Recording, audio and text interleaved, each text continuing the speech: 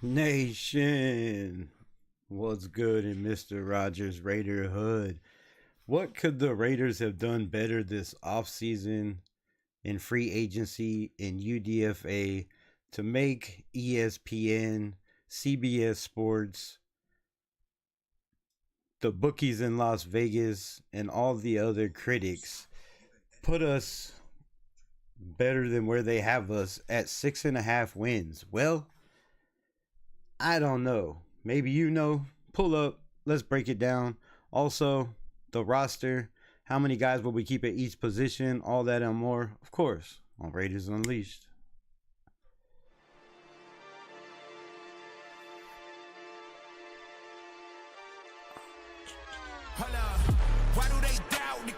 Artlist.io. I got a low tolerance, cause they don't even know what the problem is. It's me. You waiting on the boy to fail, now hold your breath and face your death. Cause you play a roulette with each step I progress, no less. Go ahead and place your bet. Cause we know where we at, we know we top tier. Cause all the hate that you bring, we know it stops here. I'm taking off like a rocketeer and stopping here. Music licensing reimagined. We gon' always win. Promise that that's not a promise, yeah, that is a threat. You know that I promise to bring the team commas. When the whole team win, that's when you flex. Win, and I'ma do it again. Watch me win, then watch me do it again. Tell 'em I can't take no loss. My team hold no L's, no. Aiming for the top, can't make it by myself. I ain't taking no loss. I ain't taking no loss. Look, I'ma always win. I ain't taking no loss. Look, I'ma always win. We already know that we the coldest. Watch me heat it up, let me focus. I'm going toe to toe with foes. I know they notice. I kick in doors, they only hope for closing. Why? Cause they know I go again. And when they get it dry, I'm the one that can make it flow again. Talk to me nice, my team they ready to go again. Music licensing reimagined. We don't talk, better know the grind gon' match my walk. I'm a cheat code, I don't take no loss. Making no sense, run up the scope. Cause all I do is win, and I'ma do it again. Watch me win, then watch me do it again. Tell 'em I can't take no loss. My team hold no L's, no. Aiming for the top, can't make it by myself. I ain't taking no loss. I ain't taking no loss. Look, Artlist.io. win. I ain't taking no loss. Look, I'ma always win. I'm winning again and it's all on repeat. I'ma just sit at the top cause I'm running it, dog. For me, I don't know defeat. Had to get back on the phone. I told them don't play with my name cause I know that it rings. They want my spot at the top with I'ma always win.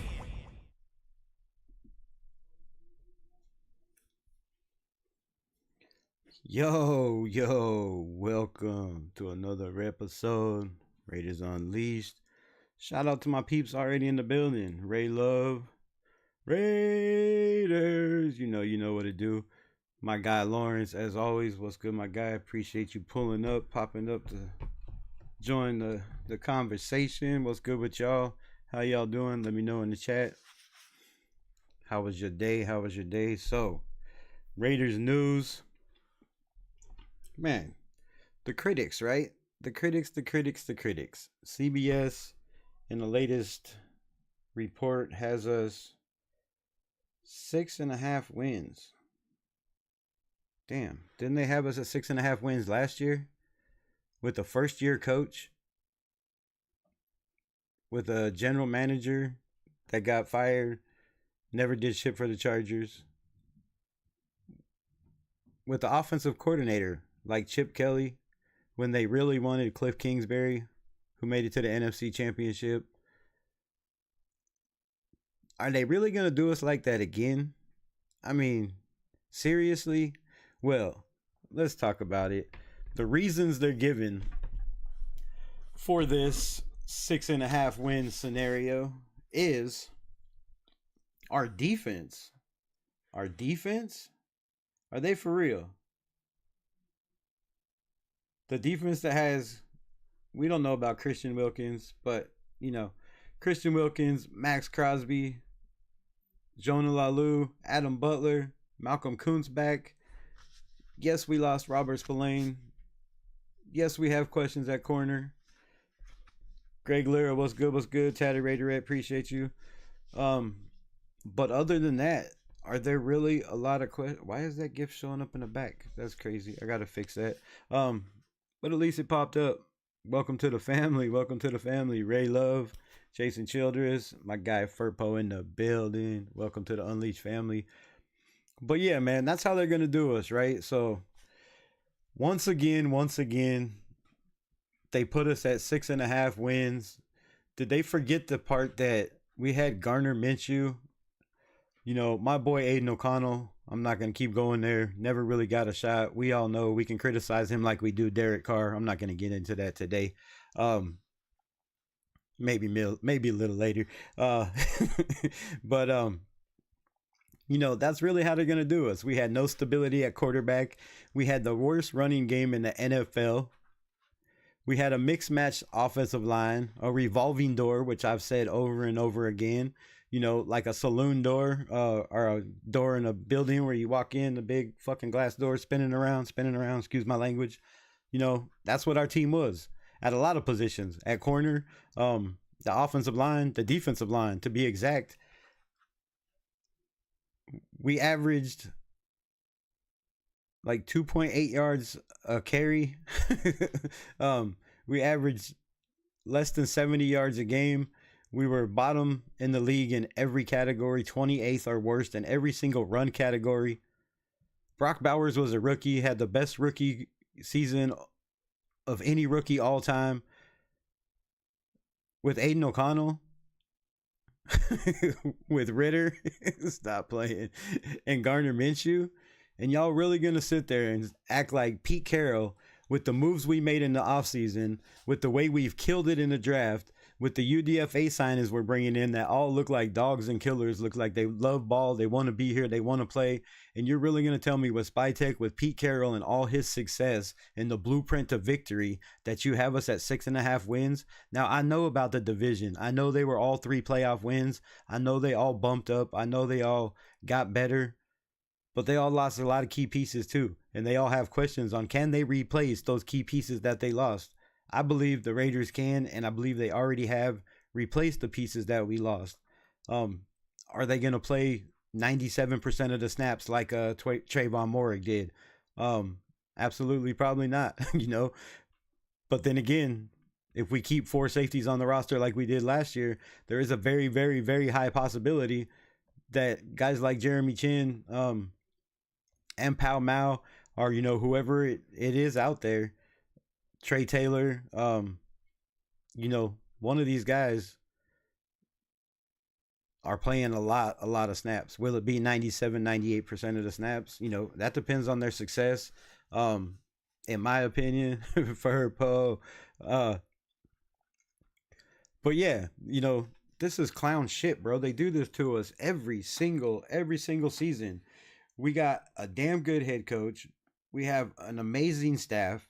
And I know I sound like a broken record because I said this shit last year, but this year is different, man. This is the experienced staff last year, but there was parts of it that was broken. There was holes in the ship that needed to be plugged.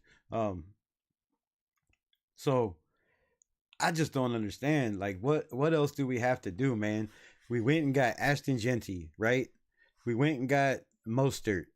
Raheem Mostert. So we shored up the running back room, in my opinion. If we didn't, come on, man, slap my mama and my grandma who's not with us anymore. Because bullshit, this running back room has improved. If you look at our running back coach, I mean, damn, look what he did last year at Notre Dame. Come on. So we have depth that we didn't have last year.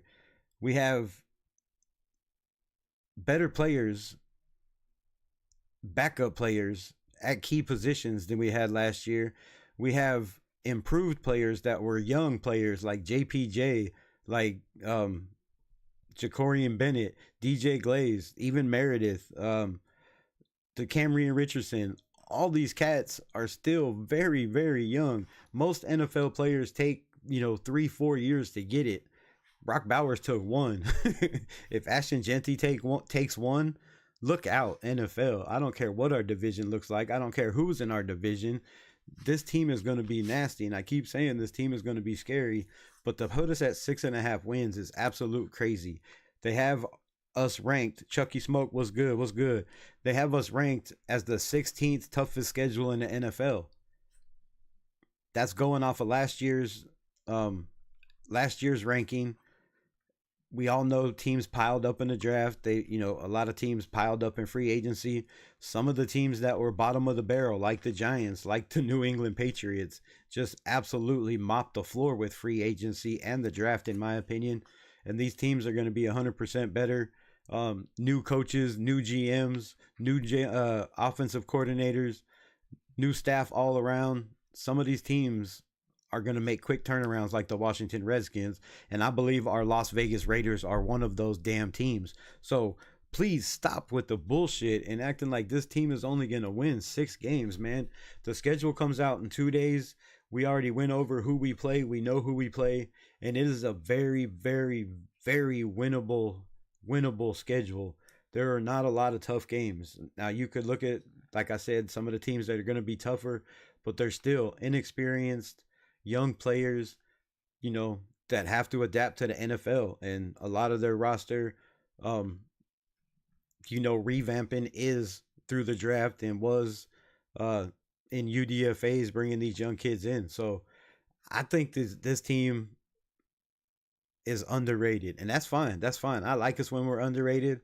I always root for the underdogs anyways. Shit, that's why I've been with this team so long. We've been the underdog our whole lives. But yeah, I'm here for it. But to say our defense is can our defense and Patrick Graham's boys keep up with with Chip Kelly's offense? Now, I hope that is the problem. I absolutely pray to God on my knees every single night that, or I will from now on, now that I said that, that happens, that our offense is so good that our defense is not as good and has to perform at a higher level to keep up with our offense.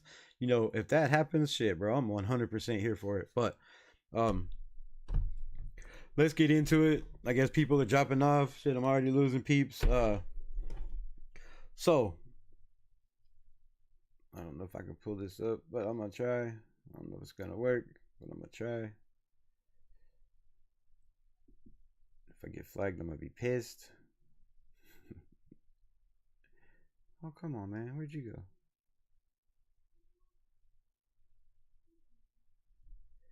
Alright. I guess we're not gonna show that. Fuck. Alright, guess we're not showing that. Never mind. We'll just get straight into the roster. Some beach somewhere. Probably would have got flagged anyways. Even though I have permission, I don't think YouTube cares anymore. So yeah, we won't show that.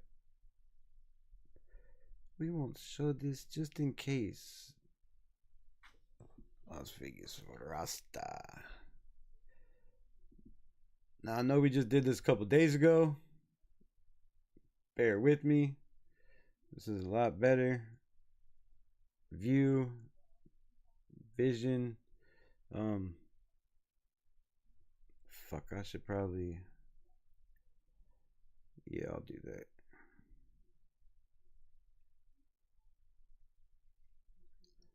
One more second. Why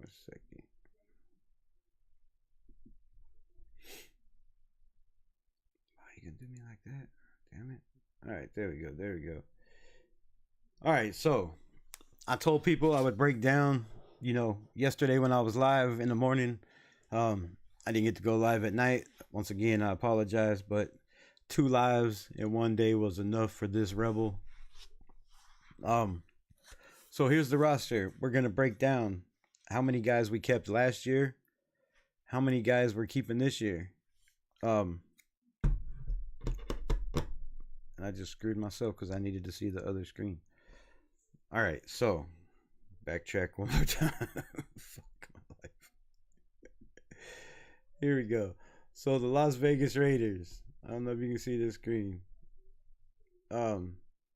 So last year we kept 3 quarterbacks: Gardner Minshew, Aiden O'Connell, Carter Bradley. We kept 4 running backs on the roster: Amir Abdullah, Dylan Labe, Alexander Madison, and Zamir White. Some used to call him Zeus. I don't think that it's appropriate anymore. Wide receivers. The beginning of the season, we had Devontae Adams, Ramel Keaton, Tyreek McAllister, Jacoby Myers, Trey Tucker, and DJ Turner. So we kept 4 running backs, 3 quarterbacks, 1, 2, 3, 4, 5, 6 wide receivers. We also kept 3 tight ends: Brock Bauer, Harrison Bryant, Michael Mayer. We kept 9 offensive linemen. I can name them all if you want me to, but I don't think I really have to. I think y'all pretty much know who they were. If not, just let me know in the comments and I'll let you know. Defensive linemen, we also kept 9. I can name those 2 if you want me to, but I said just let me know in the comments. Linebackers, we kept 7. 7 linebackers on this squad last year. And we had horrible, nasty production. I would crack a joke, but it's not even worth cracking jokes over.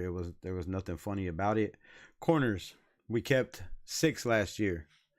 So 9 offensive linemen, 9 defensive linemen, 7 linebackers, 6 corners, 4 safeties, 3 special teams, of course, our kicker, our punter, and our long snapper. And that, my folks, is what we rocked with last year. Somehow I gotta get back to where the fuck I was.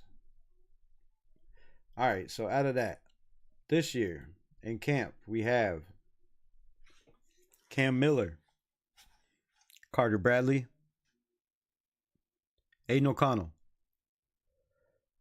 Garner Minshew. So Carter Bradley, type CB, Cam Miller, type CM, Aiden O'Connell, type AOC, Geno Smith, you know the routine, GS. Who starts? Who backs up? Who's the backup? Who's practice squad?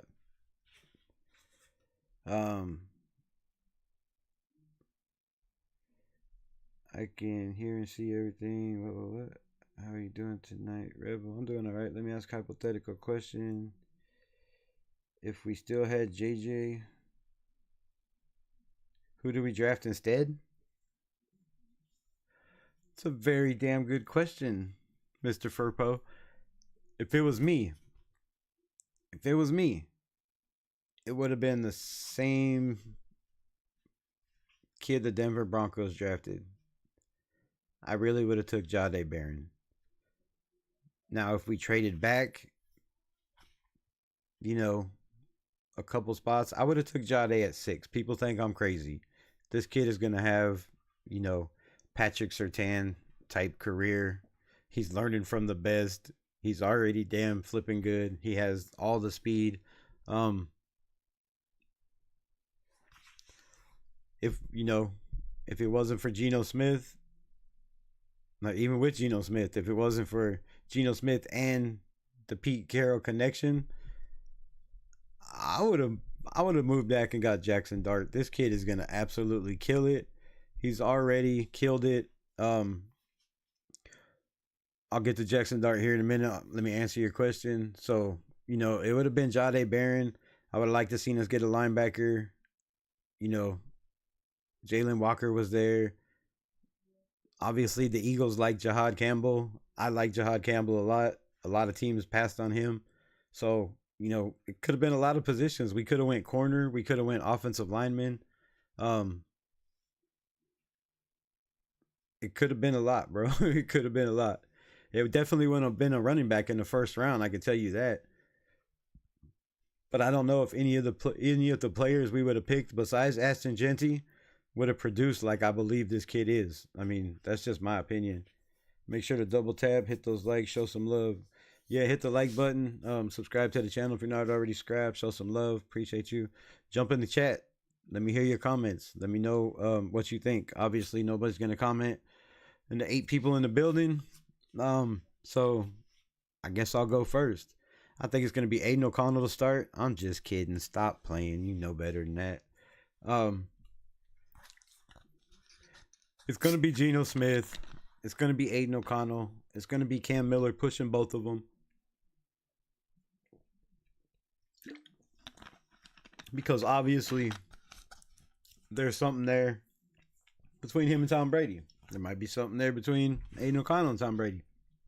Could be something there with Geno Smith and Tom Brady. He might love all of them. I don't know. He might only like one. One only might be his pick. Who knows? But there's a reason Cam Miller was brought in the building. 6'1", 212, not the biggest dude. But what he does bring is a winning atmosphere. All he did was win. I spoke on before on college. But yeah, to answer your question, who would I have wanted? And on that note, do you think we would have gotten Bowers if JJ was still on the roster? Oh, you mean last year?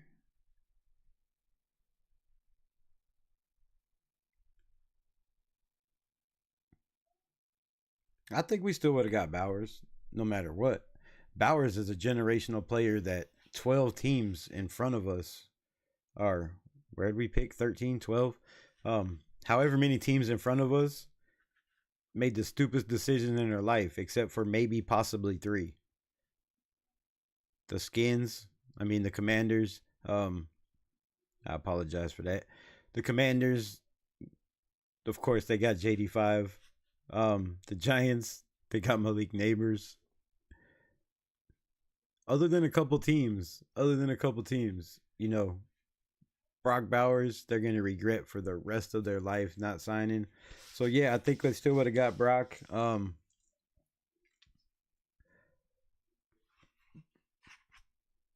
But with JJ, if he was on the roster, they could have went receiver to help Geno out. I don't think they really felt there was a receiver worth first round talent. Or they wouldn't have, took Beckett in the second round, in my opinion. I think that's their guy that they had their eye on. They brought him in for visits. They brought him into camp. So could have went a lot of ways. Raider Paul was good, my guy. Appreciate you pulling up. So yeah, it's gonna be Geno, Aiden O'Connell, Cam Miller. Next up, running backs. So last year, they kept 4 running backs on the roster. They had 1 on the practice squad, I do believe. I think there was only 1 on the practice squad. Raiders for sure.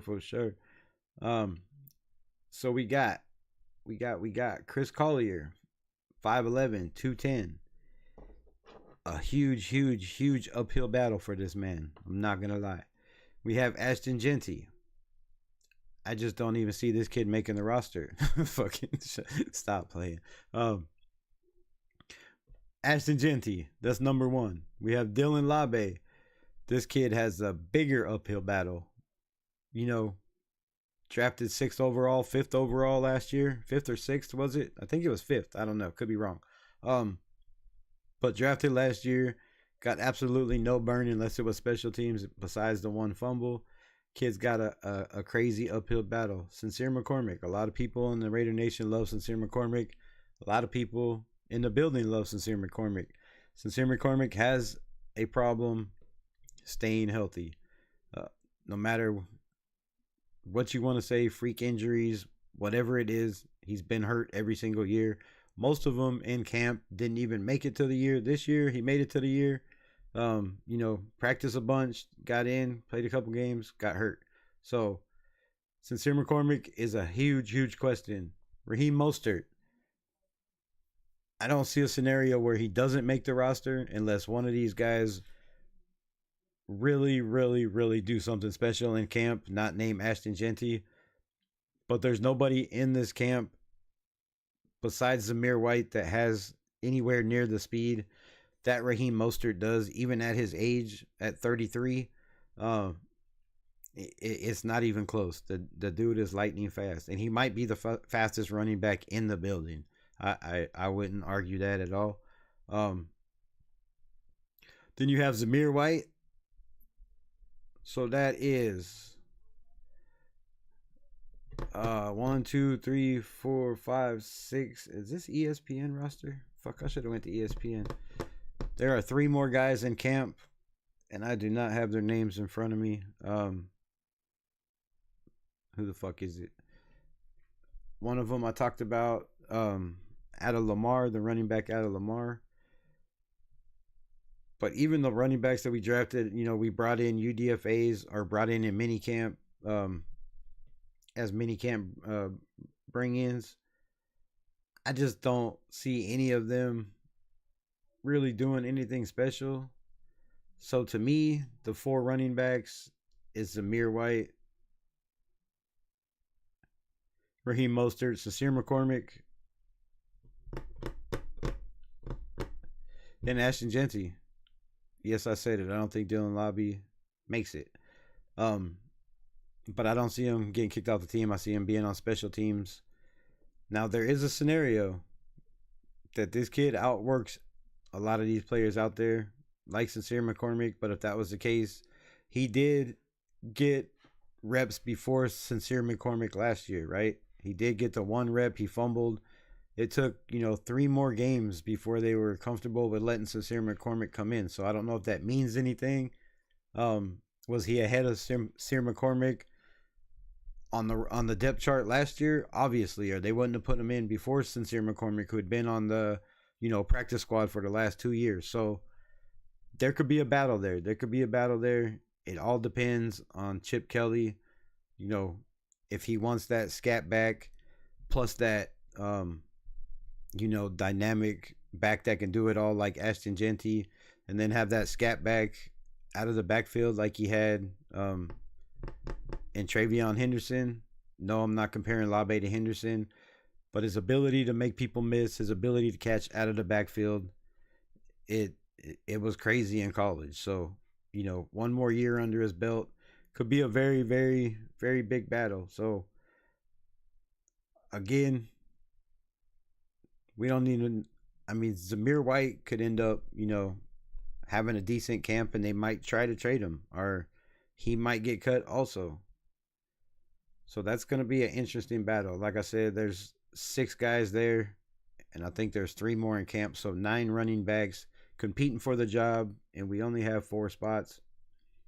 I don't see him going with more than 4 spots. To me, that would be overkill. Wide receiver. Last year we kept 6 wide receivers. This year on the roster we have 1, 2, 3, 4, 5, 6, 7, 8, 9, 10, 11, 12, 13. And that's not even all of them. There are more UDFAs that weren't signed yet. And there are also guys that were brought in to rookie minicamp and worked out, that might be brought in here coming up, in camp. We don't know. Alec Bachman, 6 foot 190 out of Wake Forest, played a lot of games for us last year. Not a lot of games, but had a decent amount of snaps, a lot more than a lot of people in the nation believed Alec Bachman was going to get. Is this fucking camera sideways, or is it me? Oh, that's much better. Look, my head was like this. I was like, fuck's going on? So yeah, Alec Bachman got a little bit of snaps. We have the 2nd round pick, Jack Beck, out of TCU. 6'2", 215. We all know he's dynamic. He's going to win 50-50 balls. We've talked about it over and over again. He believes it's 75-25, that it's not even a chance when, the balls that he has to go get, pause if necessary. Jeff Foreman has been released and cut.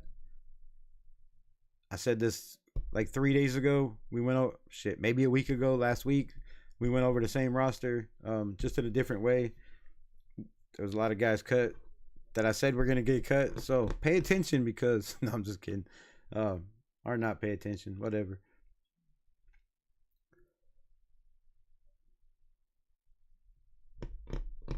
Zaire Franklin. Another kid that's going to surprise some people. Already surprised some people in rookie minicamp. I had some film I was going to pull up of, the kid running routes, catching some passes. For some reason, YouTube wouldn't let me pull it up. So we'll figure that out. I'll make a video.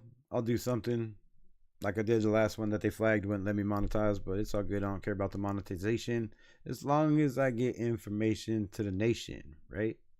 Monetization, information to the nation. Damn, I should start rapping. The fuck? I believe there could be a spot for Zaire Franklin, however you say it. One of those fucking letters are silent. I don't know which one. I'm just saying. Cedric Johnson, 6'1", 200 pounds, out of Auburn. I watched a little bit of film on him like 2-3 days ago. Not bad. The fact that he's 25 and he's still got a little bit of work to do, in my opinion, to get on the grass, doesn't look very well for my man. Keaton Jackson, 6'3", 205, out of Baylor. One of those tall guys, you know, that we could keep around as the sixth, maybe possibly the sixth wide receiver, or just keep around as special teams and use him as a wide receiver in goal line situations. You know, you got to have those big, tall bodies. Makes it a lot easier for them to win, you know,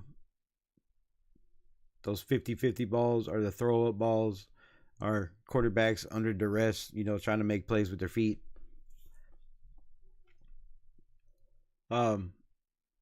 So a guy that, you know, maybe special teams might climb his way on here, but from what I've seen on film, has a lot of work, and I think there's some guys above him, like the guys we'll get to here in a bit.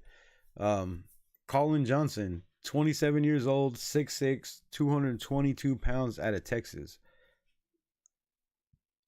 I'm not gonna lie, I haven't made it this far in the roster yet. I did go back and watch like 5 of these guys that I talked about 2 nights ago till my eyes bled. Some of them weren't worth watching that long. They might not have a chance. I'm just saying, like, it's gonna take a miracle. I'm not gonna say which ones, because I'm turning a new leaf. No, I'm just fucking with you. But Colin Johnson, man, at 6'6", 222 is scary, bro. That's fuck. How many defensive backs you know in the NFL 6'6"? How many linebackers you know 6'6"? How many corners do we know that are 6'6"? I mean, the Raiders got some that are up there, but that's a big ass dude. It'd be good to have in a goal line, but if you don't have hands and you can't catch the ball, you're not gonna make the roster. If you don't show up first in the building, I'm gonna keep saying it until season camp. You know, until season starts. If you don't show up first in the building and you're not the last one to leave, which hopefully by the end of by the start of camp or the start of the season, it'll be everybody in the building on the same time, leaving on the same time. That would be great. Will it ever happen? Probably not. But if the man puts in the work, bro, at that size, he has good hip movement. He has good separation. Just got to hold on to the ball. My man, Tommy Mallett, 6 foot, 208, former quarterback, just a dynamic athlete, right? His RAS scores were through the roof. Kid just has talent all around. Unleashing Addiction, appreciate you with the 199 love. Is it a sticker or I don't ever know? The fuck kind of word is that? I don't ever know. I can't even talk, bro. If it's a super chat or a sticker. So shout out to you either way. Appreciate you showing love to the channel. Once again, you are my biggest supporter. I'm about to do something special for you. Just gotta figure out what it's gonna be. But Tommy Mallett, man. Tommy Mallett, I see making this team just on special teams. I don't see him being one of the 6th receivers, but I do see scenarios where this kid gets a little bit of burn here and there. You know, guys get hurt all the time in the NFL. What's good? Jason Childers. You know, guys constantly hurt in the NFL, so I could really see a situation where this dude gets on the field, you know, gets some burn. Not going to be a starter, you know, not going to be the go-to guy, but in the slot, certain positions in the spread offense, I believe there should be a lot of situations where the Raiders can be in the spread. We actually have the receivers, you know, to be in the spread offense. Next up, we have Jacoby Myers. He's a lock. It's our best receiver we have on the roster. He does all the dirty work. He's a guy you want in the building. One of my favorite players, and I really have to get a Jacoby Myers jersey. That is up there on my list. of a fucking whole slew. So if you want to support the Jersey Fund, no, I'm just fucking with you. Donate. But no, I really got to get a Jacoby Myers jersey. It's way overdue. After the first year, he impressed the shit out of me, and I've been saying I was gonna get one. It just hasn't come around yet. But Jacoby, in my opinion, is a lock. Kyle Phillips, a guy kind of like Mallet. He was brought in, on a Chip Kelly basis. It's a Chip Kelly guy. Played for him at UCLA, 5'11", 189. Third year in the league, kind of that Wes Welker type guy that's gonna do the dirty work, in the middle. A Hunter Renfro type guy, but with Mallet, Malat, fucking Malat, however you say his name. Sorry if I butchered your shit. On the roster, it's gonna be hard sledding for these cats. Keyshawn Smith, Keyshawn is a damn good name if you're a receiver, but it's not Keyshawn Johnson, and he's not related to him. So fucking Keyshawn Smith is 6'1", 195, is a rookie out of SMU who has some upside. He has some upside. Unfortunately, you can only keep 6 receivers unless they decide to go with 7. I just don't see this guy being a guy to push them to go to 7 receivers. If you're asking me, Dante Thornton obviously is a lock. Trey Tucker. I'm not gonna talk too much about Dante Thornton. I mentioned him a lot on this. Let me know what y'all think about him.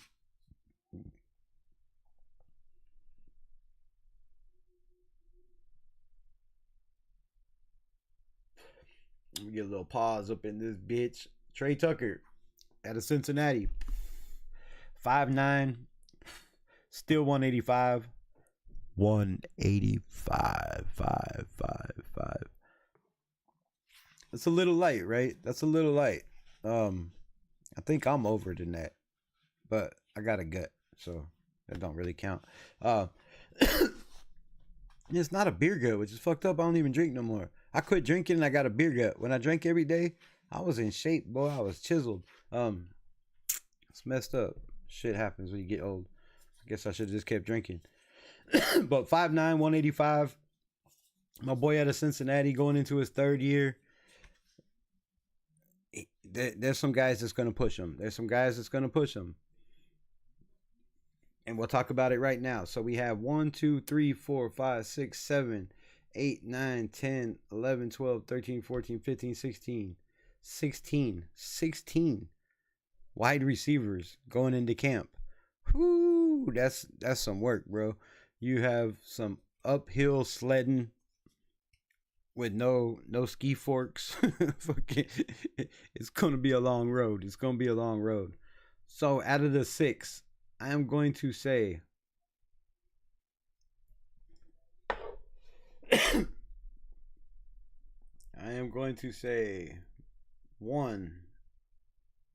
uno. It's Jacoby Myers. Jacoby Myers had 1,027 yards, 4 tutties, averaged 11 a carry. He also had no drops, which is absolutely amazing.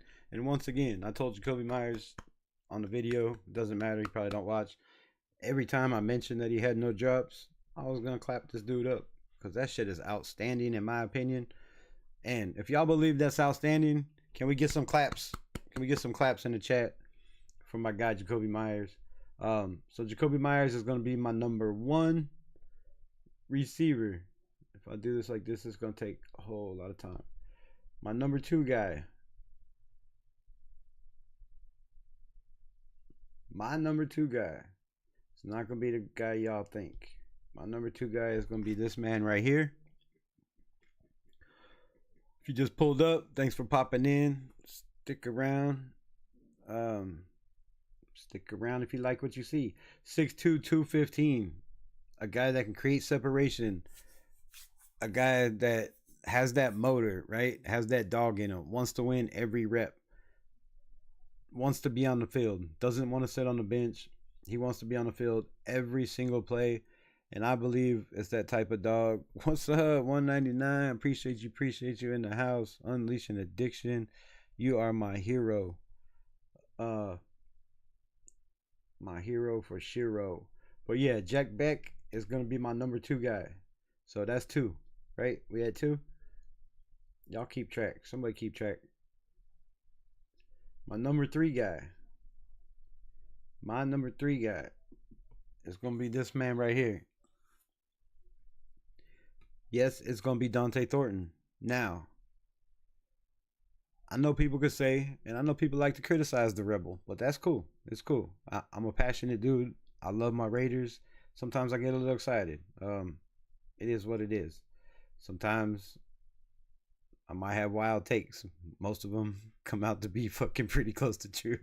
But Dante Thornton, man, I understand the guy needs work, but at 6'5", 214 with his speed, his size, he seems like a pretty smart kid. And I don't think he's a kid that you're going to have to throw a playbook at and say, read every single play in this playbook. I believe he's a guy that you could say, see ball, get ball, right? This is a slant route. This is an out route. This is a go route. Get rid of your man. Get open. The ball's going to come to you. Just catch it. Slowly work into the playbook. Not going to be on the field probably, all the time. But in my opinion, I don't know why I'm going down. I think Dante Thornton is going to work his way a lot faster than people think. And I know you're like, damn, Rebel, what about Trey Tucker? Well, Trey Tucker, I don't know. I'm not going to put him at 4. And I hate to do it. I really, really hate to do it. Because I like Trey Tucker. I really do. Actually, after this list, man, I don't know. But when you got Sakari Franklin, 6'1", 190, not a lot heavier, not much bigger, a couple inches. Some people say a couple inches does matter. Some people say it doesn't. I don't know. Ask your girl. But a couple inches doesn't really make a difference on the field to me. But I think Sakari Franklin is going to push the shit out of Trey Tucker. We're missing 3 receivers on this list. I guess they didn't get signed UDFAs, and they're guys that were just in minicamp. But there's 2 more guys on this list that I think are going to make a splash, and obviously I won't bring them up. So I am going to put Trey Tucker for now at the 4 spot. But I am going to say, I just don't feel he stays there. I really don't.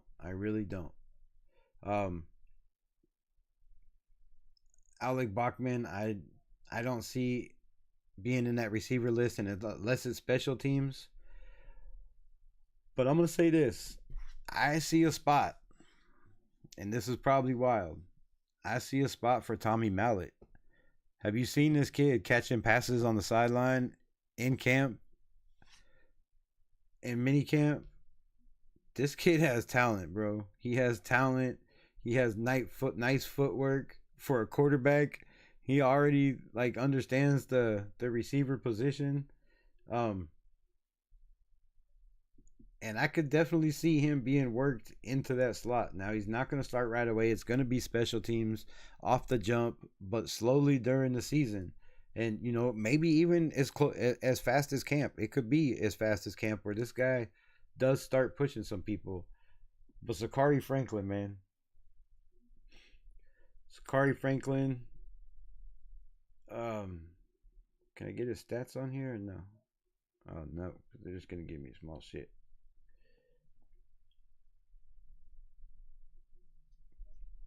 No stats. Alright, well, that's shitty. But Sakari Franklin, man, if you haven't watched film on this kid out of Illinois, just Illinois alone, right? Just saying Illinois alone, you know that kid's got to be a dog, right? You're in college, you're by yourself, in a city like Chicago, you got to have that dog in you, in my opinion. And I think this kid does. He has damn good separation. He has damn good vision. He has quick vision where, he can turn around and locate the ball very, very, very quickly. which is a big, huge upside, right? Some of these guys, when they turn their head, they got to turn their head way too early, and it gives the defender time to see that they're turning the head, to know that the ball's coming, to just put a hand up and try to defend the play.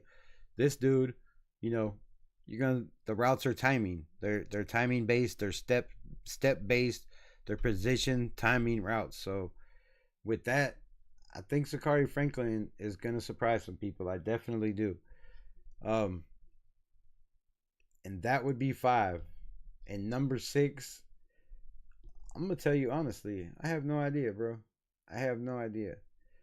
I want to say it could be a guy like Colin Johnson, but again, out of Texas, I didn't watch shit on this kid, like I said, so I'm gonna have to watch more tape.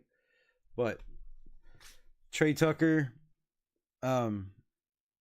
Sakari Franklin, and there's somebody that I'm missing that was on the UDFA. But if he's not signed already, you know, might not be good for him. But there's a receiver I'm missing. If y'all know who it is, let me know in the chat. Tight ends, we have 1, 2, 3, 4, 5, 6, 7. Woo-wee. 7 tight ends. That's a battle. Gonna be a battle in camp. Brock Bowers, absolutely, no doubt about it in my mind. Michael Mayer, no doubt about it. Justin Shorter, I don't see a scenario where, unless these guys are very, very, very, very good at route running, they don't drop balls. You know, they're good at separation. They learn the playbook really fast. It's going to be hard beating Justin Shorter. He did pretty well last year. Didn't get a lot of reps. He looked okay blocking. Can definitely use work on that. But, you know, the short passes, slants, and shit like that, he looked like he got decent separation. You know, at 6'5", 228, there's a reason they moved him from wide receiver to tight end. Obviously, it's because of the separation factor and the speed factor, and just not the fastest guy on the planet.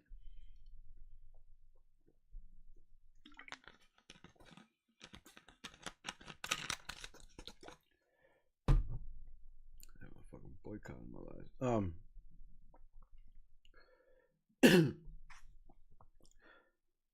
So we have Pat Conroy. Why is the chat all up in there? My bad. Oh, it's not too bad. All right. Fuck. Go back. So we have Pat oh, shit. What happened? Ian Thomas. All right, let's go to Ian Thomas. Man, we have Ian Thomas. 6'4", 260 pounds. It's kind of like an offensive lineman. I guess not enough weight. If the guy was faster, you might want to put him on, you know, somewhere on the defensive line instead of the offensive side of the ball. But again, I don't know shit about the cat. Ian Thomas, I do know he's been in the league 7 years.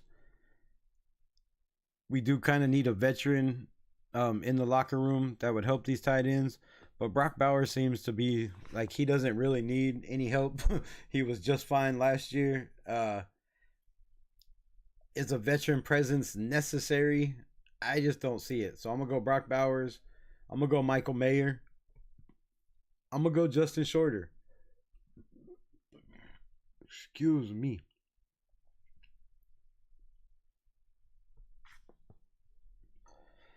And then I think that's it. I think they're going 3 tight ends. I don't think they go more than 3 tight ends. But if they decide to keep a 4th tight end, which I don't know why they would, but anything can happen in the NFL. If they keep 4 tight ends, I can see it being Carter Runyon. 6'6", 235. He's pretty athletic. I do believe he played fullback in college. So that's that. Why ain't my feed updating my shit up here? Sorry. So yeah, Brock Bowers, Michael Mayer. I see Justin Shorter making the roster again. When we get to offensive line,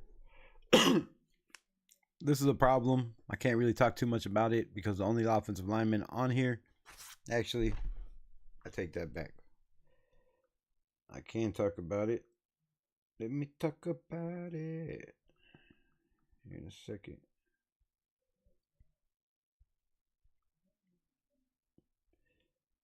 Fucking X. Where's my bookmarks? Marks. Nope, that ain't them. Oh, I gotta save that video. I opened it up to DC diving over people, and people say DC was scared to run. That's funny. Most of it's injuries.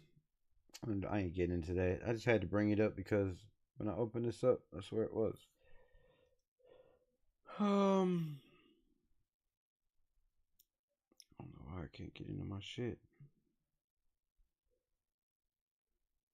Fuck, it's not saved on here either. I apologize. I apologize for the unpreparedness. Raiders UDFA tracker. That's what I wanted.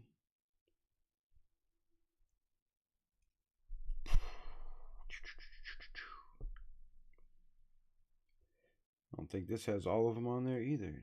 Fuck, man. That's some bullshit. I mean, fudge, man. Fudge, man. Alright, so I don't know who's on this list and who's not. We have center Will Putnam. We have guard Alex Kappa, who we have brought in. Seems to be our GM's our main guy.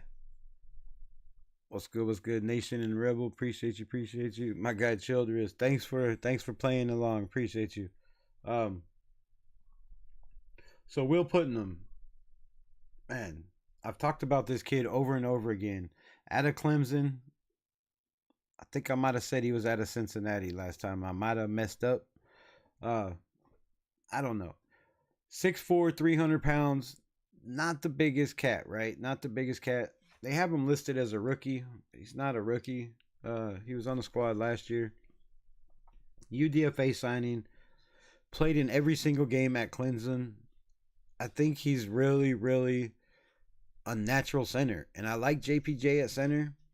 But I really, really liked him at guard also. And a lot of people are going to argue with me. And that's fine. Everybody has their opinion. You can have yours. I can have mine.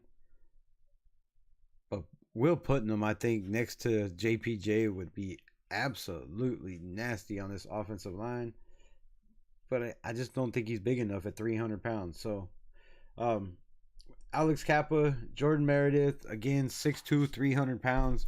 He was our highest rated guard, 80% pass blocking, 80 run blocking. He was an 80 overall last year. The only guy close to him was Colton Miller at an 80 overall, which a lot of people talk shit on my guy. Marcus Banks was good.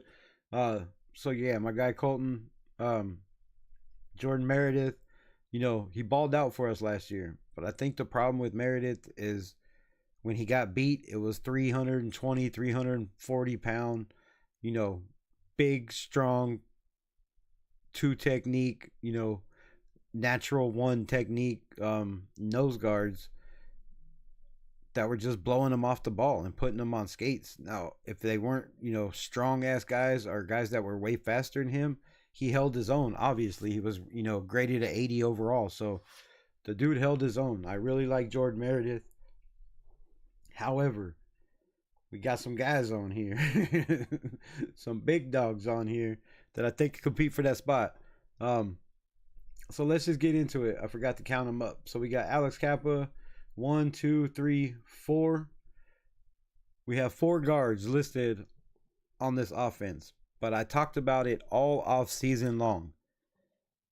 I could not iterate enough how Spytek said key things in his press conferences that all happened in this draft, in the UDFA, and in free agency. And I kept pointing them out. And people kept going other ways with it. But I kept pointing it out. We were going to get offensive linemen in this draft. But a lot of them were going to be tackles. They were going to be moved to the guard position. Because that's just what Spytek has been trained and taught his whole life at all franchises. The Broncos, the Eagles, even with the Bucks. You know, that was what he was taught. That's what he was learned. You get these big ass dudes from smaller schools and you move them inside. So there's a reason we only have 4 guards on this roster. we have two listed as offensive linemen, Parker Clement and Jared Hufford. Jared Hufford is 6'5", 320 pounds out of Iowa State. Iowa State has some dogs on that team, bro. We got Darius Porter from there. You know, they had Jalen Higgins. They had Jaden Higgins. They had Jalen Higgins, whatever the fuck, and Jalen Royal, or not Royal. You know what I mean? The other cat. I'm drawing a blank. But anyways, they had some dogs at Iowa State. They had a pretty damn good running game at Iowa State also last year. This cat right here playing tackle was one of the reasons in Jared Hufford. So watch out for this dude to make some noise. At 6'5", 320 pounds. You could see him out there. I think he was 63.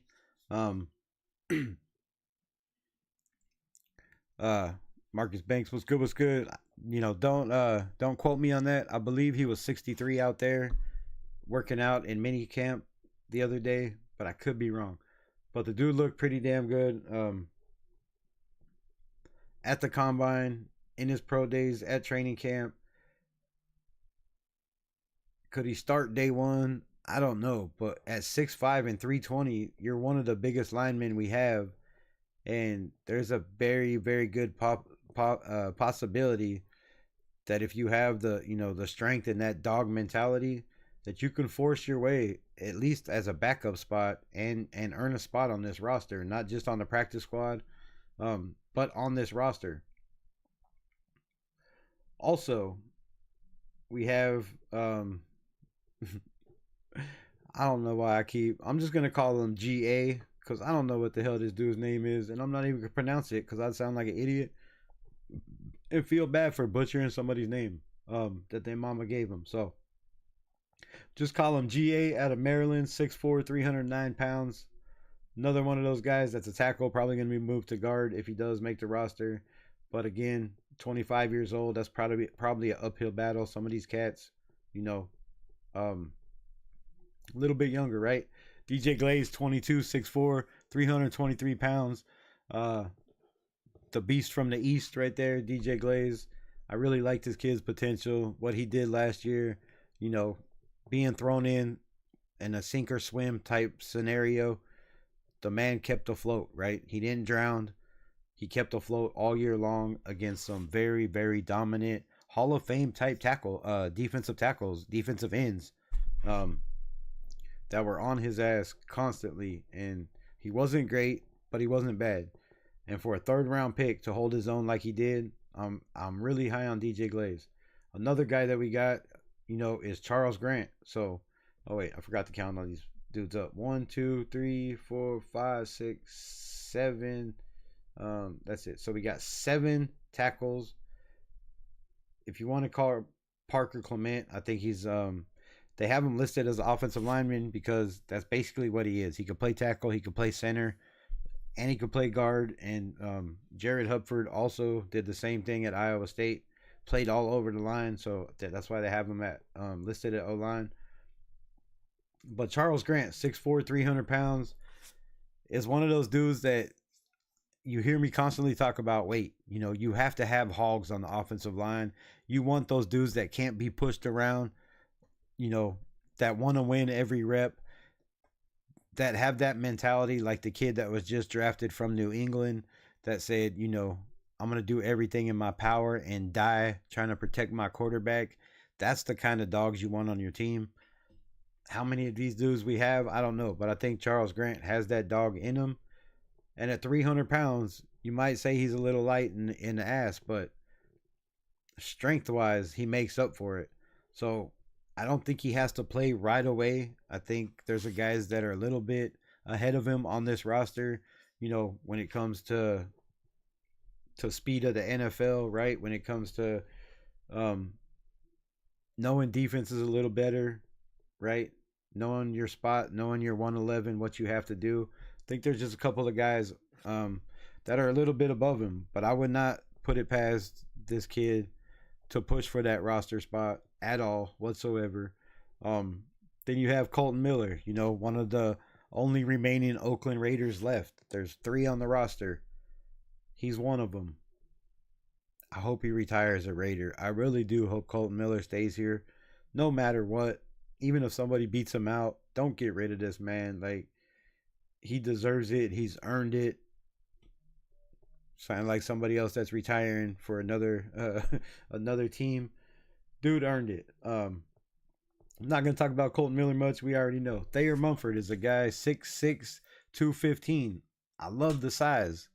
Definitely could pack on another 30 pounds if he could stay athletic, and keep the footwork and the speed, which I don't see him being able to do. The strength-wise, it seems like he gets pushed around a lot. There's a lot of times seems like he's on ice skates. It's not good. Not good for this, for your quarterback. It's not good for your offense. Might be a spot where this man gets pushed out of the lineup. Caleb Rogers. I could see this dude competing day one. I said it since day one. I talked about him a little bit before the draft. I did have him on 2 of my draft boards, but again, they weren't. He was pretty high on my draft board. I had him on a couple mock drafts just because he fell to me in the 4th or 5th round. I definitely didn't take him in the 3rd, like the 2nd or 3rd, like the Raiders did. But the kid has potential. 6'5", 310. Has the size, has the strength, has the attitude.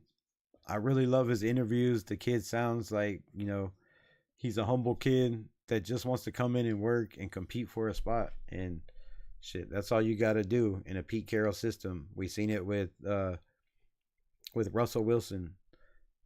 Drafted 3rd round, signed a quarterback in front of him, paid him a whole lot of money.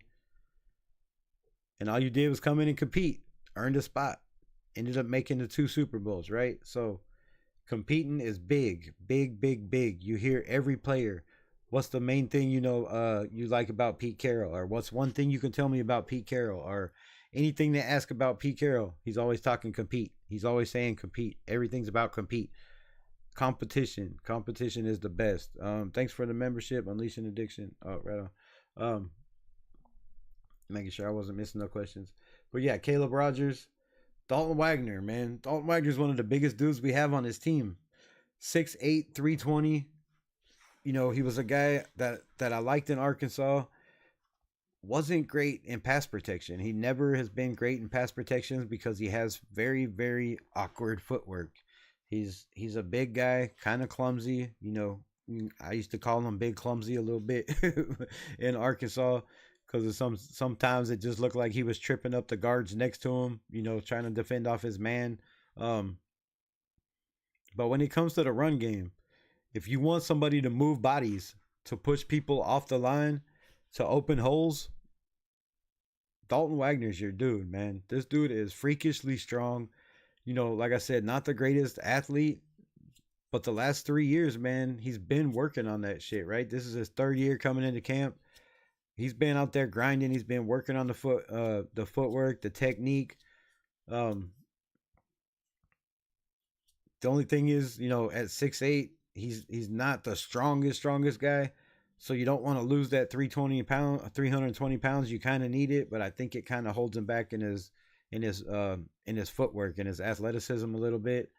So, if you get with the right trainers and the right guys, you can't teach athleticism, but you can be flexible, you can be mobile, and you can work on technique and shit.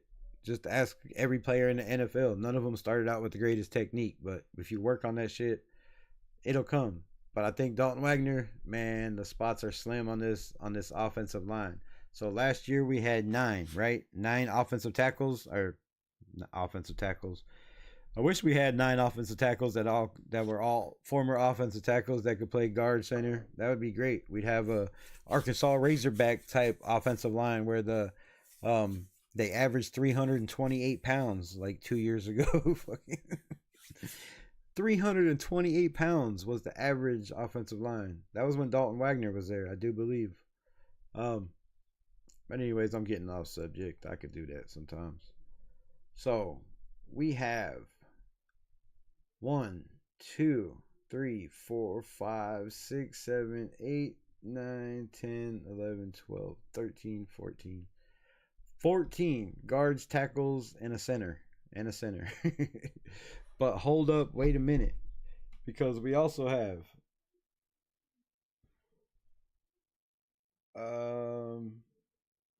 that's it. That's it. Actually, I don't know. I'm not positive. We did bring in a guy that I talked about. I don't see any more offensive linemen on this list. And Jeremy James. Jeremy James was the tackle from Ole Miss. He played guard. He can play guard and tackle. The kid is more athletic than Dalton Wagner. He has a lot better footwork, I think, than a lot of these cats out here. You know, he's a big, strong, country bunking dude that has a big heart. That's all about team. That's all about being in the building. You know, work ethic it seemed to be all he ever talked about. I watched a bunch of interviews from this kid, Jeremy James, and every question they asked him, his answer was something about the team. Well, the team, well, I do it for everything was about the team. There was no I ever in any answer. This kid is a guy you want in the building. He is very, very special. He is, not the greatest athlete, but he's a football player. He's a damn good, football player that's going to be in the building. He's a guy you want in the locker room. He's a leader. He's going to make guys around him better and, make himself better because he's constantly in the building working and competing. So he's not on this list. But Jeremy James, go check out film if you haven't watched it already out of Ole Miss. This kid's a name to watch. It's a name to watch. It's a dude I really think has a chance to make some waves in this shit. But if we're going 9, I'm going to say you got to have 2 centers. You got to have a guard that can play both positions. That's 5. And you probably want 4 tackles. Colton Miller, DJ Glaze, sophomore year. Do we have 4 guys that can play tackle? Or the big question is, since we have so many guys that have played tackle in college that were brought in to play the guard position, and guard position is one of our biggest needs on this team, do we keep 4 guards? Keep 4 guards, 3 tackles, 2 centers. That's 9. I think we keep 9 like we did last year. I don't see us going less than that. There's a lot of injuries on the offensive line. There's always, constantly injuries on the offensive line, whether it's freakish, whether it's in practice, whether it's working out, whatever it is, guys falling, guys getting rolled up on. There's just bad accidents on the offensive line. It's, one of those positions where you constantly banging heads with somebody nonstop. So you want to have as much depth as possible, but you also want that depth to be able to play other positions in case you get in the situation like we did last year with the Las Vegas Raiders, where we only had 5 guys to start every one of our I think we had 6.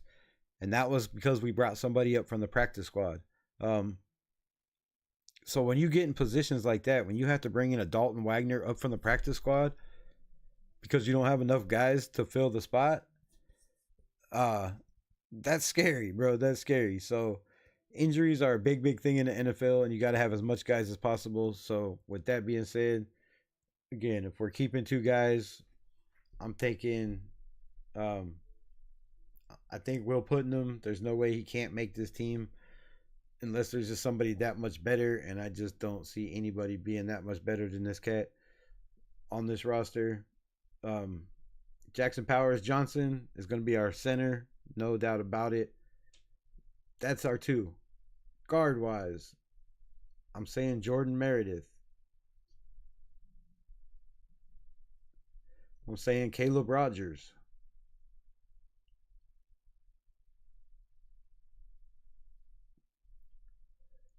I'm going to say Alex Kappa just because they brought him in for a reason and they see something in this dude. If it's not Alex Kappa, it's because Jordan Meredith beats him out, which I say Jordan Meredith is better than Alex Kappa. You know, they have him listed. Um, sorry, not Jordan Meredith, Dylan Parham. Um, I got confused. I was on the wrong cat. But Dylan Parham, you know, the only way I see Dylan Parham not being cut, traded, or making this roster is if he has one hell of a camp. Because there's guys like Clement at 6'7", 300 pounds. Um, Hufford at 6'5", 320. Charles Grant at 6'4". You know, these guys are going to push these cats, in my opinion. So, again, I'm going Jordan Meredith.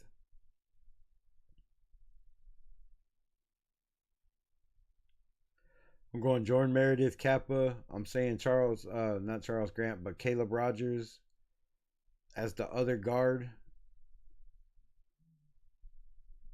And I think one of these young bucks beat out these cats. I'm gonna say, I don't know which one, but I really think that Gerard Hufford has a chance to play that guard spot. You know, he's a guy that can pull. He's a guy that can run the wide zone. He's a guy that can run power zone. So I hope we don't run no wide zone shit at goal line like we did last year. But yeah, he's a guy that's very versatile. So I can see the man making the team, but also don't put it back. Parker Clement. There was a lot of teams that were very high on this kid. How he made it to UDFA's, I don't know, but there was a lot of teams that I heard were very, very, very high on that kid. So Meredith, Kappa, Charles Rogers, and I'm gonna say somebody beats out Parham again. Somebody beats out Parham. I don't know who it is. Tackle wise, it's obviously DJ Glaze. It's obviously Colton Miller. Charles Grant. And there's one more guy that has to make this roster. And I really don't know who it's going to be. I really don't know. I don't know. I would like to see Dylan Parham, pack on some pounds because he is a damn good guard. He just gets shoved around too much, but I don't know if he's going to be as athletic if he packs on pounds. So, I'm going to say he doesn't make the roster, man. I'm going to say he doesn't make the roster. I say Colton Miller doesn't make it. And I'm really skeptical if Thayer Munford makes it, but I'm going to say it's not even Thayer Munford. I think one of these cats, push these guys out, in my opinion. Defensive line. Defensive line and edge. We kept 9 defensive linemen last year. We have 1, 2, 3, 4, 5, 6, 7, 8, 9, 11, 12, 13, 14, 15, 16, 17, 18, 19. Fucking. We have 19. Plus there is Tevin Mays on there. All right. 19, 20, and Kevin Pointer. I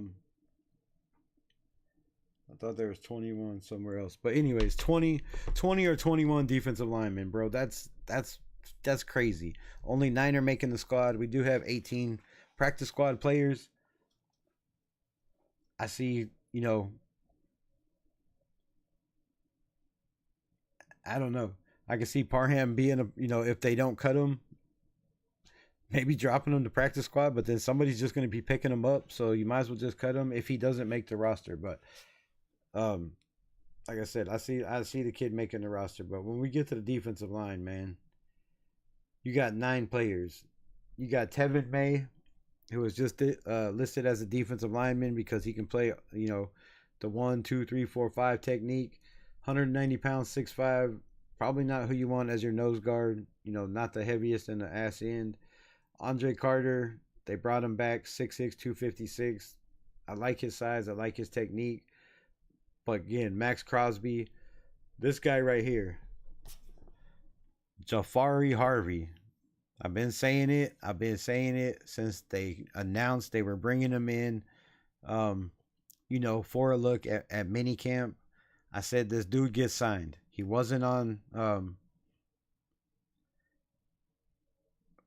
to think. No, he wasn't. He wasn't on the UDFA list. It was just a guy that came in. He made a splash in the very first day and the second day, and they were like, Jafari Harvey, bro, sign this kid right now. So watch out for this man, Jafari Harvey, bro. 6'4", 252. Not the fastest dude. Pretty good athlete, but he's a strong ass dude. He has, the most powerful slap. It looks like he's just gonna break tackle's arms sometimes. Like, I was watching film on this dude. I was like, holy shit, man! You better wear an arm brace or some padding if you're going up against this cat. Don't put your arms out there. He's gonna break that shit in half. Jahari Farvi is special to me out of SMU. Maybe guys, I don't know. I don't know what it was. I really don't know. I have no idea. Watching film, I even went back and watched some all 22 games. I don't know. I don't know how he fell to a UDFA. I really don't. I don't know. There's some things that can be worked on. You know, getting off blocks, getting to the quarterback. But it's not much, bro. It's not much. Like, he's instantly up there with a Tyree Wilson, I think. Because he has a faster get off. More weapons in the basket, you know what I'm saying? More weapons in the tool belt. Javari Harvey is going to be nasty. It's going to be nasty, dude. Jaw Joyner, another guy they signed to a UDFA, 6'5", 265. Malcolm Kuntz, Ovi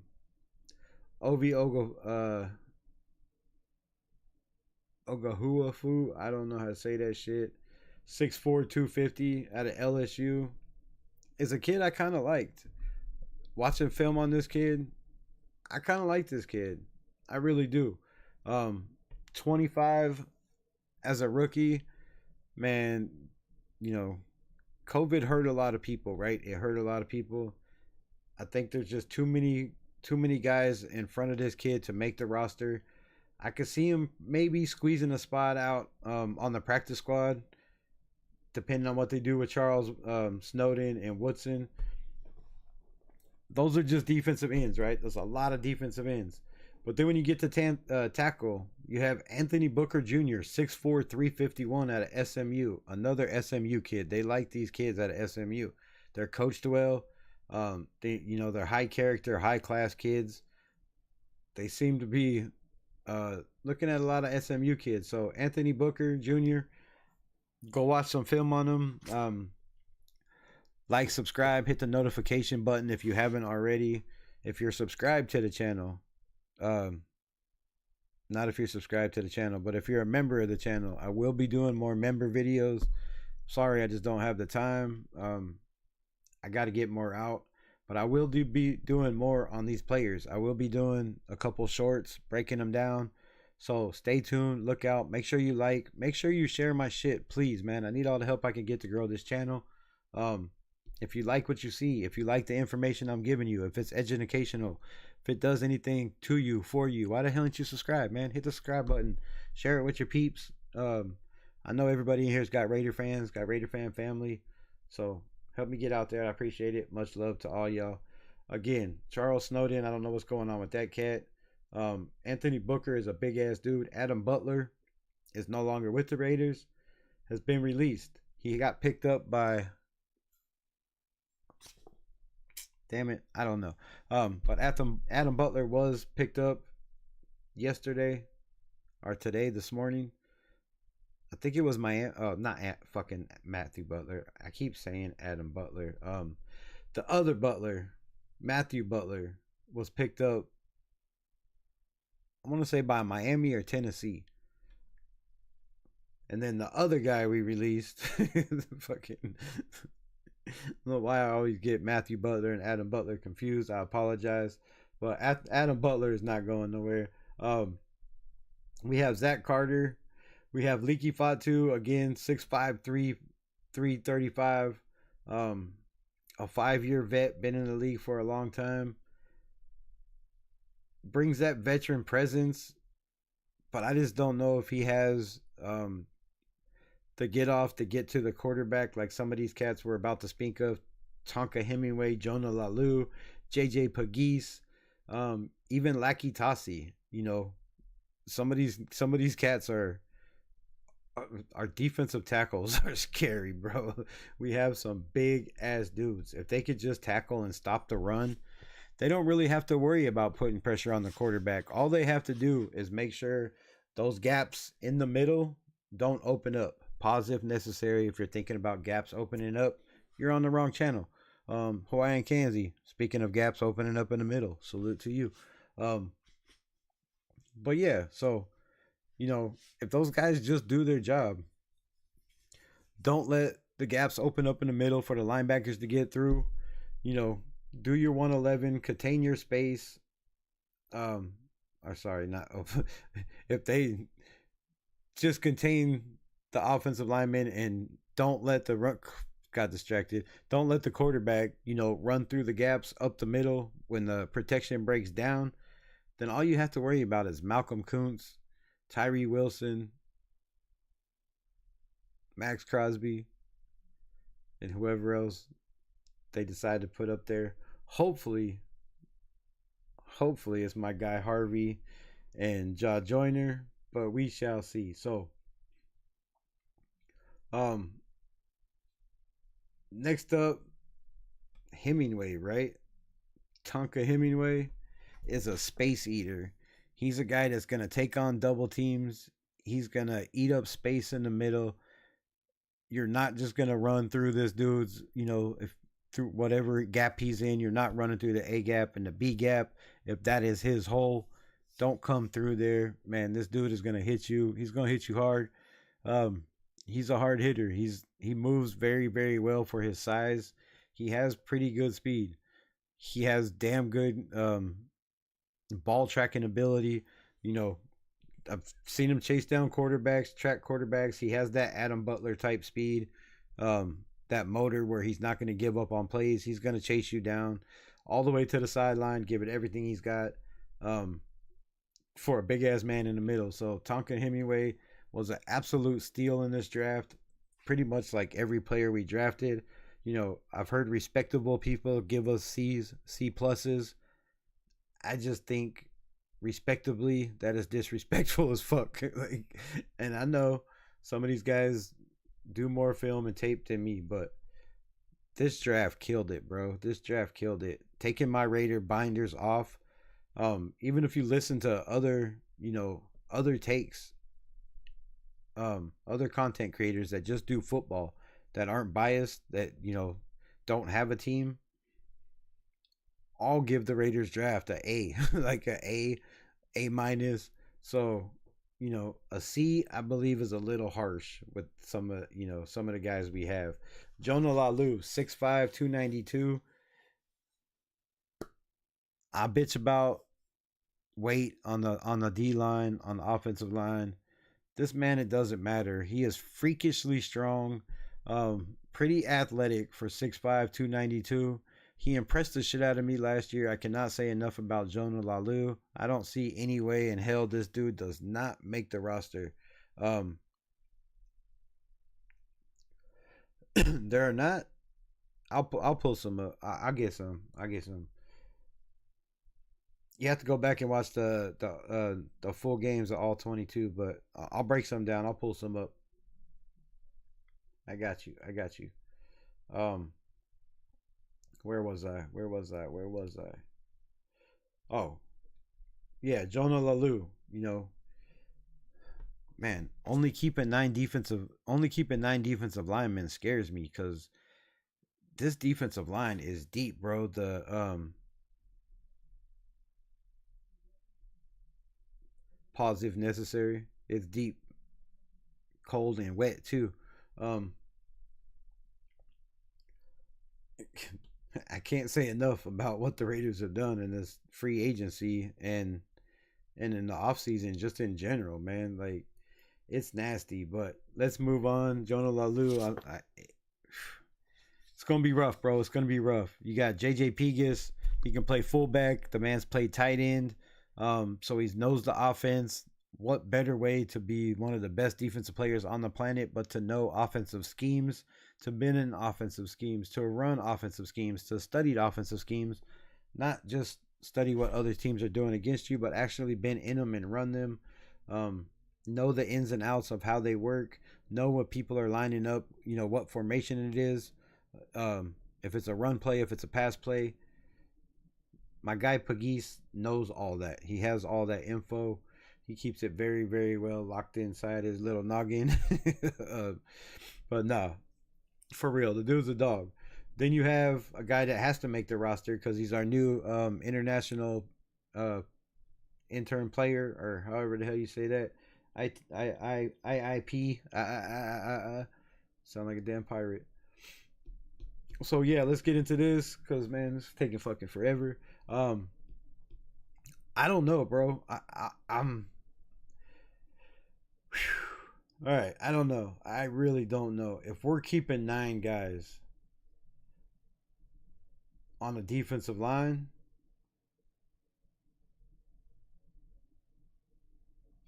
Some guys are not going to be happy, bro. Some guys are not going to be happy. I'm going to say Tevin May does not make it. I'm going to say Andre Carter does not make it. I'm going to say Max Crosby. Shut up. We already know. So I'm going to go Max Crosby. I'm going to go Malcolm Kuntz.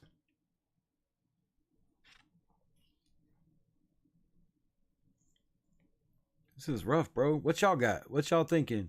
Who you think makes the defensive ends? You see the list right there. Carter, Crosby, Harvey, Joyner. Hurry up, because I'm gonna give you mine. So type away. I'm gonna go Max Crosby. I'm gonna go Jafari Harvey. I'm gonna go Ja Joyner. I'm gonna go Malcolm Kuntz.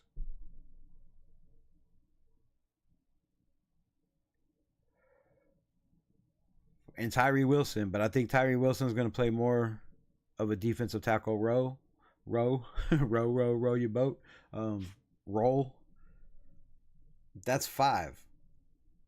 That's 5. All right, I'm gonna say Jafari Harvey.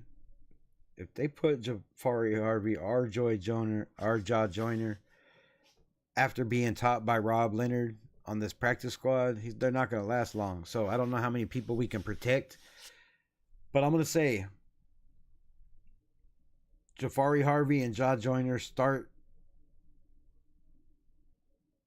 I think maybe Joyner might make the roster. Jafari might make the practice squad, which leaves Tyree Wilson. That's 4 defensive ends, 1 defensive end, possibly 2 on the practice squad. But most of the practice squad is probably going to be offensive linemen, receivers, defensive end, our backup quarterback, running back, those type peeps. When it comes to defensive tackle, there's 1, 2, 3, 4, 5, 6, 7, 8, 9, 10. And 2 more on this list, 11 that aren't on here. There's 11. We can only pick 4, possibly 5, and maybe 2 practice squads. That's very, very difficult. Adam Butler, Christian Wilkins. Now, if Christian Wilkins can't be ready to go, look for him to be put on IR. And one of these guys that I don't mention to make this list, and I'll tell you who it is. But Laki Tasi makes the list. He's already locked in because he's an international player. He's our 53rd or 54th player, however that shit works. Excuse me. So who'd I go with? Adam Butler, Christian Wilkins. That's 2. JJ Pagis, Tonka Hemingway. That's 4. Fuck. Jonah Lalu is 5.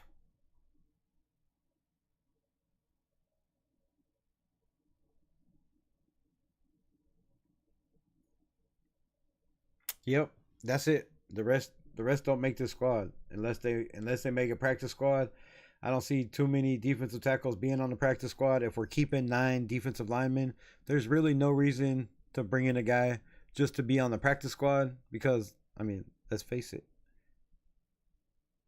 There's 9 defensive linemen. They're not constantly going to play on the first team reps in practice. So, yes, some of them got to grow on the practice side. So, that leaves that. That leaves a lot of guys out. A lot of guys out. But the guys I named, I'd be surprised if any of them do not make this roster. Just put it that way. Tommy Eichenberg, Amari Gaynor, 1, 2, 3, 4, 5, 6, 7, 8, 9 linebackers. We got 9 linebackers in the building. We are pulling up on what, an hour and a half. All right, get this shit finished up. Get the fuck off here.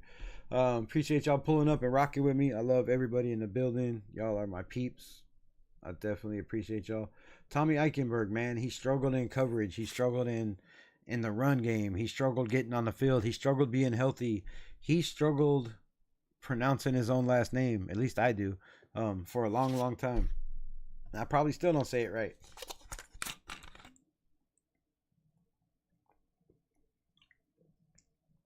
Oh, man, that tastes good when you talk for an hour and a half. With no damn break. Don't be triggered, Candy. Man, she don't scare me, bro. She don't scare me.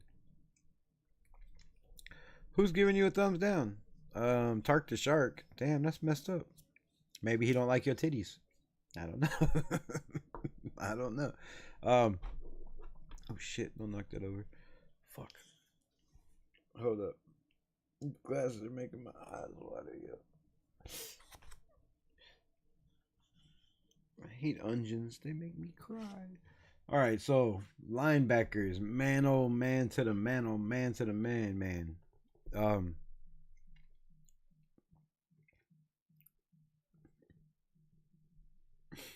Yeah, don't trigger her, bro. I'll have to pull her up, and then she'll have to start yelling and screaming and talking about how people's dicks or mama's dicks are bigger than theirs and all kinds of crazy shit.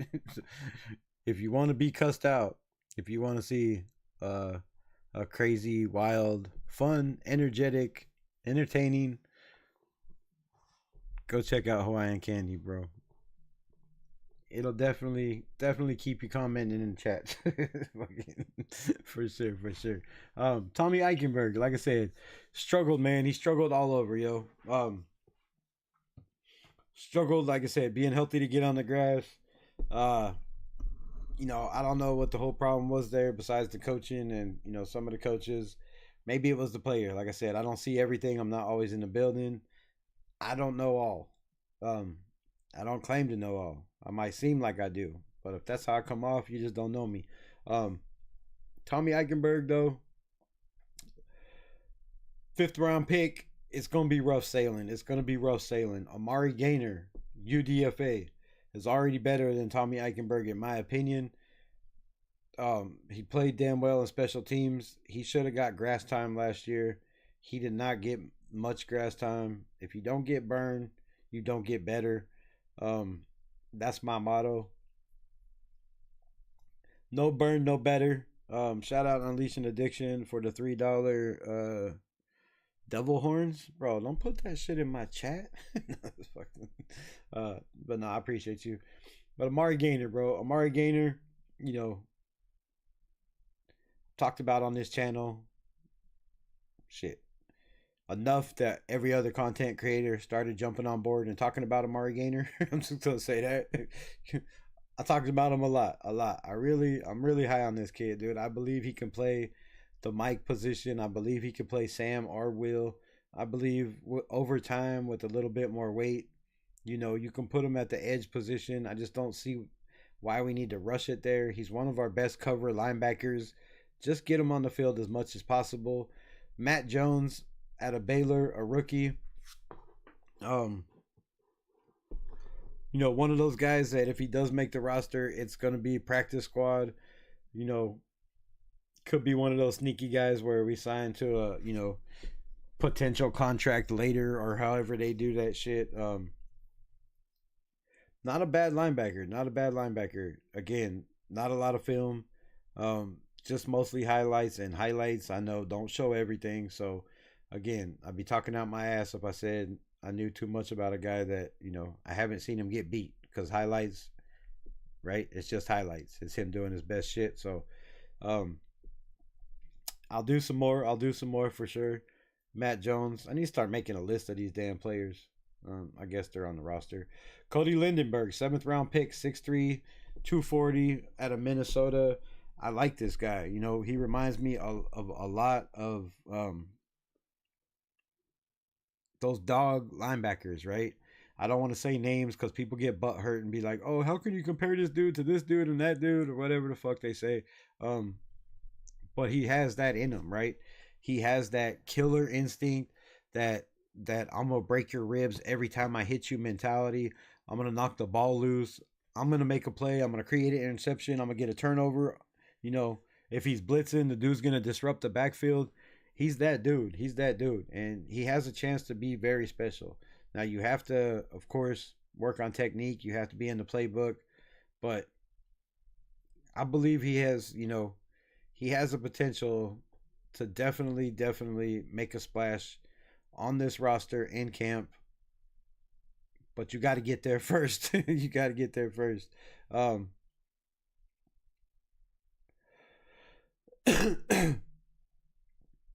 Landon Roberts finally got his name right. I've been calling this dude Eldon Smith. fucking, I don't know how long, bro. Again, I appreciate you.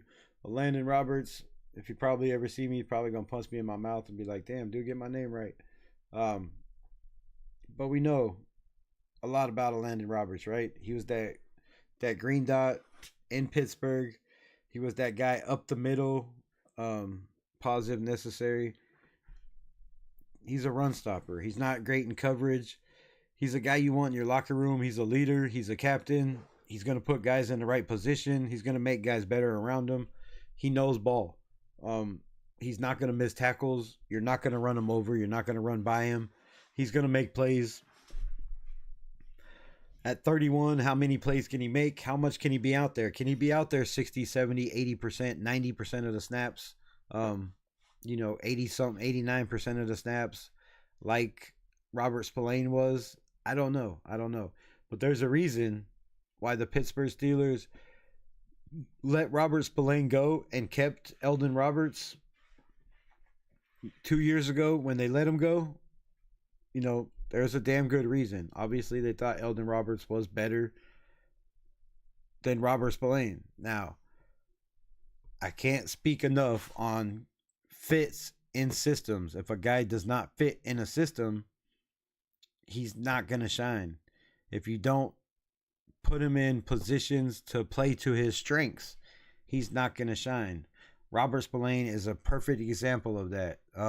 Jacoby Myers is a perfect example of that. The list goes on and on of players that just weren't good fits in certain organizations that went to a new team and looked like a totally different person. So, Eldon Roberts is going to give you everything he can up the middle, but you got to put guys around him that can cover, and I think we have that. Jalen Smith, former Raider, wasn't very long, 29 years old, 8th year in the league out of Notre Dame. I like the tape. 8 years ago. He gives us that veteran presence. He probably lost a step, maybe 5. Over time. Not a bad tackler. Just not a guy that, unless he, like the rest of these guys I keep saying on this list, if you're not standing out constantly in training camp, in the weight room, being the first one to leave in the building, the last one to leave, you're not going to make this roster, bro. It's not going to happen. You're not going to make this team. So Jalen Smith got his work cut out from him. Wesley Steiner, 6'1", 242 at a Washington State. I was pretty surprised with this kid. I was pretty surprised.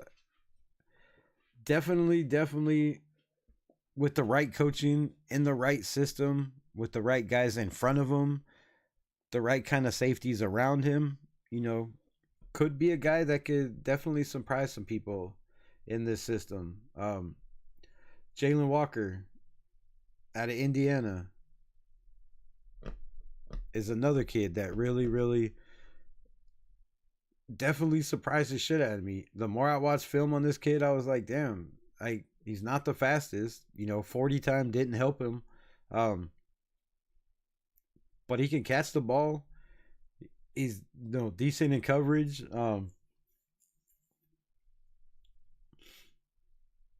Other than that, I mean, I don't know. He's not a guy you're going to use to blitz the quarterback. To blitz to be in the backfield to stop runs or shit like that. Um, but with this questionable, I don't want to say mediocre, with a very questionable LB room, linebacker room, Jalen Walker has a chance to make this squad. Now I don't know if it's gonna be hold on, I'll get to the chats in a minute. I don't know if it's gonna be on the practice squad and let him, come around a little bit. Or if they kind of put him out there. But last year we kept what I say, seven or six. I think it was seven, possibly six. Six linebackers. So we'll say six linebackers. If we kept six, we have 1, 2, 3, 4, 5, 6, 7, 8, 9. Is that it? All right, 9, and then I think there was 2 more on this list. Yes, Matt Jones out of Baylor is not on the list, and I don't know. There's another one. But Matt Jones out of Baylor is on this. Oh, he's right there. Fuck my life. I can't see. All right, so Matt Jones is on the list. So, man, at a 9, I'm going to go Amari Gaynor. I'm going to go Landon Roberts. I'm going to go Devin White. Other than that, I think Cody Lindenberg makes this squad. I think Jalen Smith has a very good chance of making the squad. And I think Jalen Walker makes the squad. But that all depends on Tommy Eichenberg, man. What is Tommy Eichenberg going to do? Is he going to be that, that blitz monster that he was in college, coming up, stopping the run, tackling guys in the backfield, sacking quarterbacks? How are they going to use him? If they don't use him in camp the right way at Mike linebacker, I see his chances slipping because of his speed, right? A lot of these guys are a lot faster. So if we're going 6 linebackers,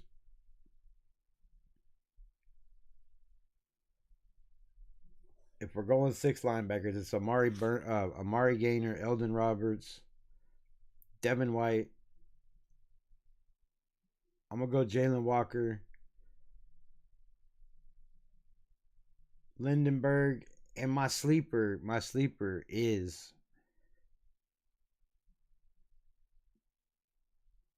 they kind of need that big body linebacker since they got rid of Butler. I don't know. It's either between Matt Jones, I'm going to say Matt Jones, and Tommy Eichenberg, but I think Tommy Eichenberg's got an uphill battle, even being where he was picked last year. Some of these UDFAs are hungry, bro. Hungry. All right. Last but not least, we have the corners. Well, almost not last but not least. We have the corners. Jacorian Bennett, my man Mellow Yellow Dotson, Darnay Holmes, who I don't think gets enough respect last year from what he did, when these cats were hurt. John Murphy, Lonnie Johnson, Kelly Blue, Darian Porter, DeCamarion Richardson, Eric Stokes, Grady Vance Jr., which a lot of people seem to like, and my guy Sam Webb, which, I've been big on for the last couple years. Just hasn't done shit yet, right?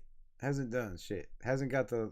sorry, I keep going up and down. I'm trying to find where to stop. Up and down, up and down, up and down. Jacorian Bennett. I know he had a good beginning of his second year. It wasn't great. It wasn't impressive. I think I've been a little bit too high on Jacorian Bennett. And I hate to say it, because I don't like being wrong. But damn, I was watching film the other night because I was trying to delete some shit off my computer. Right? And I had a Raider game pop up. Tom Bowers, what's good? What's good? Appreciate you. Raiders in a tough division. Y'all going 4-13. 4-13 was last year. There's no way we going 4-13 that year. This year, shit, I'll bet you money on it. We ain't winning 4 games. We're winning way more than that. Tough division or not, Pete Carroll has had his shit with Jim Harbaugh. He's came out on top. Andy Reid, he's up there in age, just kind of like Pete Carroll. I don't know how many battles they've had, but shit, I believe in this coaching staff with Chip Kelly, a former head coach, former college head coach, now just focusing on offensive coordinating with Geno Smith, with Ashton Genty. Come on, man. Come on.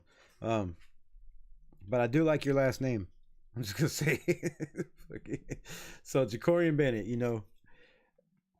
when a lot of content creators, and I know a lot of content creators say, whatever, oh, I've heard this guy was the last one. That's only because y'all don't come watch my shit. If y'all came and watched my shit, you would know that I'm talking about these fools way before a lot of these cats. But Jacorian Bennett, I was high on his rookie year.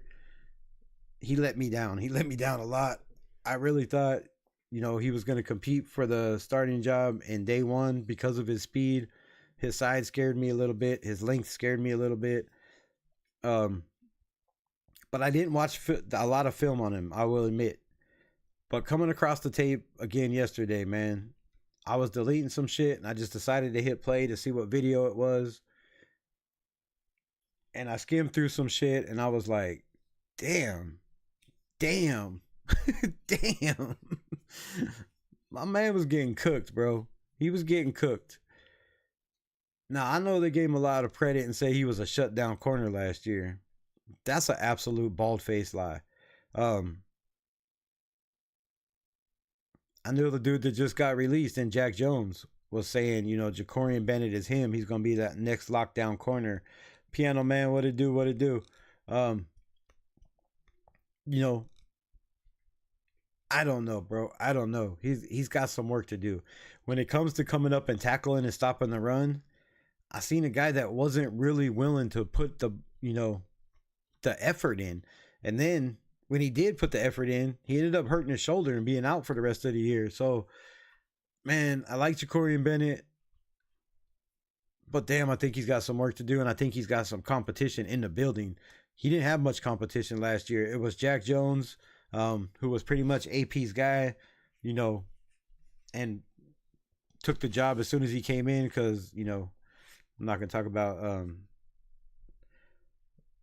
the corner we had to cut, Mr. Pro Bowler. But yeah, so, I think he got a little bit of competition. So, Jacorian Bennett, I said was going to be the starter. I said DeCamarion Richardson, and I said it was Eric Stokes. And it's not many times you will see me backpedal. But I'm not backpedaling. I've just changed my mind. So I shouldn't have said that. But there's not many times you won't see me backpedaling. Unless you tell me I'm wrong, and I know I'm wrong, then shit, I'll admit my wrongs. But backpedaling, probably not, unless I know I'm wrong. But yeah, I got to change my mind a little bit. I'm going to change my mind a little bit. Jacorian Bennett's going to have a battle. Mello Dotson, I think, has a chance to make this camp. We had 6 corners last year. 1, 2, 3, 4, 5, 6, 7, 8, 9. And I think there's 2 more on this list. Jordan Taylor. Is Jordan Taylor on there? No. So there's another guy they brought into camp, Jordan Taylor. I don't know if he's going to be, at the rest of camp. I don't know, but we do need 91 guys, and I think with the guys we brought in for rookie mini camp, with the UDFAs and with the rookies that we signed, I think that just put us at the 91 mark, and we had to release a couple players. So I believe some of these cats, like Malik Williams, the quarterback from UNLV, still will be, possibly in camp. But, I don't know if they're going to bring in 5 quarterbacks. So that's a big question. But what I'm getting at is Jordan Taylor out of James Madison, and also Humphreys is on there, right? Yeah, all right, I think that's it. So instead of 11, we have, 12 corners, and we have to come up with 6. Ja'Cory Bennett, obviously. DeCamarion Richardson, Eric Stokes, Porter. 1, 2, 3, 4. I say Mello Dotson makes this roster. I kind of like what Darnay Holmes did last year. It seems like he progressed all year long, in my opinion. He got beat a couple times. He got better the next game, and the next plays. It wasn't where he was just getting beat play after play after play after play. He was learning from his mistakes, and that's all you can ask for a guy. But you've been in the league 5 years. I think some of these rookies might be taking that spot, but the veteran leadership in the locker room might help out a little bit. I'm gonna go Eric Stokes, DeCamarion Richardson, Darian Porter, Lonnie Johnson. That's 4. Bennett, Mello Dotson, and my wild card is going to be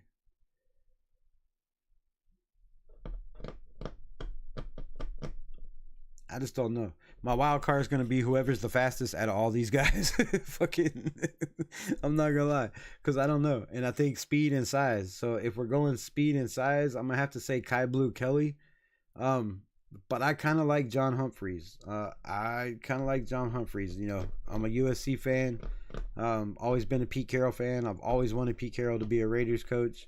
I'm living my dream right now. I'm the happiest I could possibly been in many, many moons. But John Humphreys at 6'2", 196 has the side, has the arm length to make this squad, make this roster, and I believe dude's gonna ball out. I believe he's gonna ball out, and he's gonna make a name for himself and put himself on this roster, which leaves Sam Webb and Grady Vance on the practice squad with Darnay Holmes. I could see that. I could see us keeping nine corners, 6 on the roster, 3 on the practice squad, possibly even 4 on the practice squad. I mean, you do gotta have corners for spread situations. If you're running trips, you gotta have a slot receiver and 2 corners. So, I could see him keeping a lot of these guys. I could see a lot of these guys making the rosters. Which ones? I just don't know. I would like to see it be Sam Webb. I've seen a lot of upside from Sam Webb. But again, I've seen him not being able to stay healthy. Not being on the grass all the time does not help you, bro. Availability is the best ability in the NFL, in life, in your job, in your career, in your passion. Availability is the best ability. So if you ain't available, shit.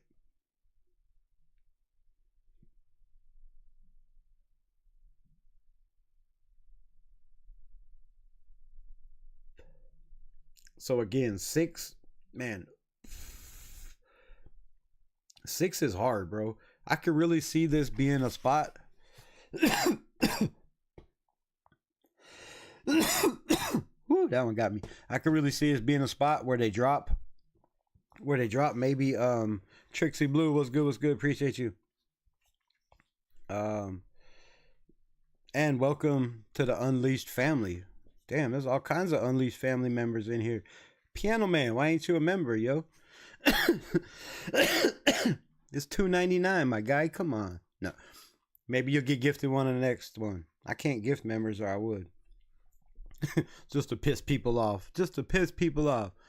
But nah, I appreciate you still pulling up and rocking with me, even though you've been blocked a couple times. It means a lot for sure. Even from a Chargers fan. But yeah, so Corey and Bennett, I forgot about these 2 at the bottom. And so there was more guys than I thought. 1, 2, 3, 4, 5, 6, 7, 8, 9, 10, 11. So there's 12 because we also have who was the other guy? Oh, Jordan Taylor. Jordan Taylor from James Madison. Which I'm gonna have to look up here in a minute because I don't know the dude's height, speed, weight, or anything. So I don't know about Jordan Madison, but out of these 12 guys, I can see us keeping 9 or 10. Again, 4 to the practice squad. You know, just to see what happens. Give these guys a chance. Jeez Louise, I gotta hit that again. Stop coughing. All eyes on G. What's good? What's good? LV Raider 10. What's good? Damn, all these people. What's all the memberships coming? I guess I can give memberships. Welcome to the Unleashed family. Appreciate y'all pulling up, especially this late to the zombie chat. But yeah, so Grady Vance, man, 12 of these guys. Again, I say Eric Stokes, I say DeCamarion Richardson, Darian Porter, obviously, Lonnie Johnson, that's 4. Jacorian Bennett and Melo Dotson. I think Melo Dotson has a chance because of special teams. You know, he might not make the list of 6 corners, but I think he has a chance on special teams. And if you want to ask me who the starters are, because I said I was backpedaling, right? I changed my mind a little bit. I could see a scenario where it's Eric Stokes,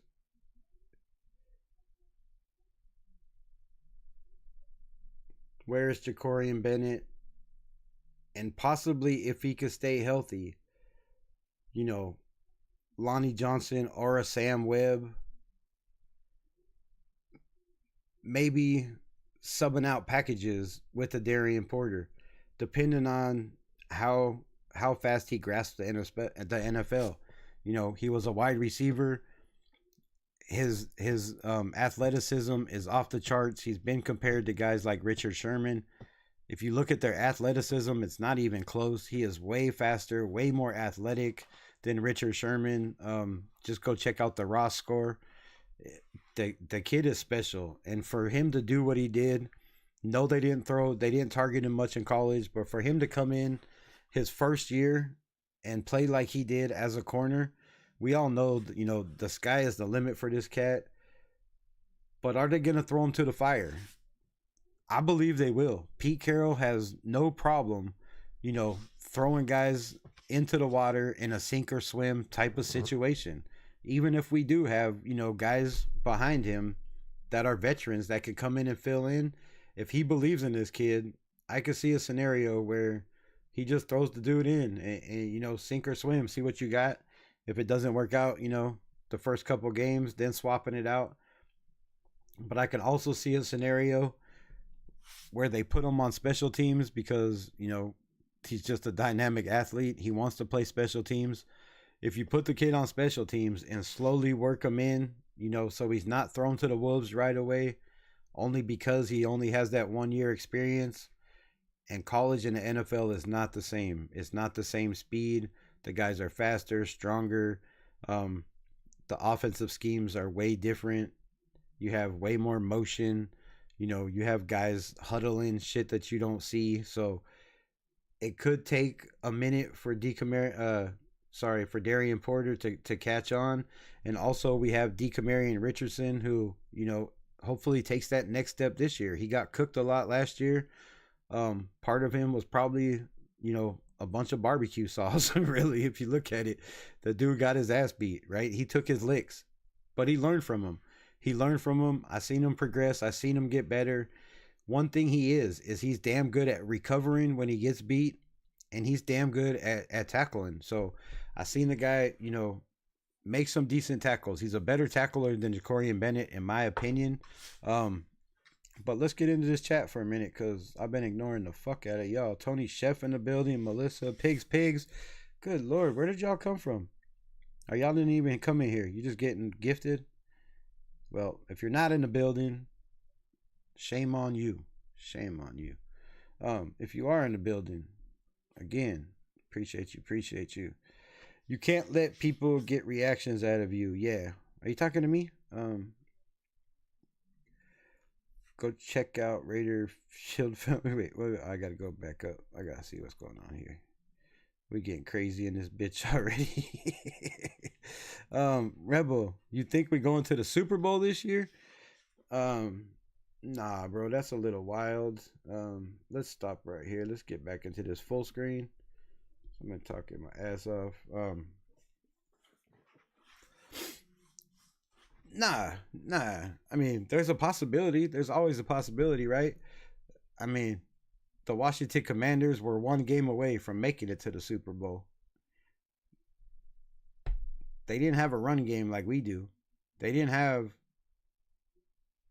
a tight end anywhere near like we do. They don't have the receivers that we do. They have a better quarterback.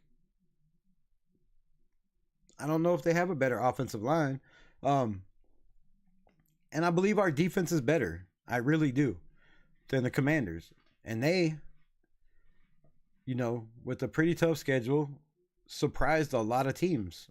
I believe the Las Vegas Raiders is that team this year. I believe we surprised a lot of teams. Now, the Washington Commanders, they did have the Cowboys. They did have the Eagles in their division and the Giants. Cowboys didn't do too good. Philadelphia won a Super Bowl. You know what I mean? So they didn't have the toughest division. It's not like our division. They don't have the defending Super Bowl champs from the previous year, runner-up last year. They don't have the Chargers or the Broncos, who both came from the bottom of the NFL, to blow up and get in the playoffs. So we have a tough division. We have, they say, the 16th toughest schedule. I don't know how that's even possible. We went over the schedule a couple of days ago. If you missed the live, go check it out. We will go over it again when it comes out tomorrow, right? The 14th? Yeah. So tomorrow we'll go over the schedule again. I'll break that shit down. Appreciate you sending people over to the chat. What shit you be talking? I don't know. All right. So, yeah, I mean, the odds of us going to the Super Bowl are not great. But if I had $100, I'm going to go put it on it. I'm going to go put it on there. Because if they do, I'm going to be a happy ass Raider.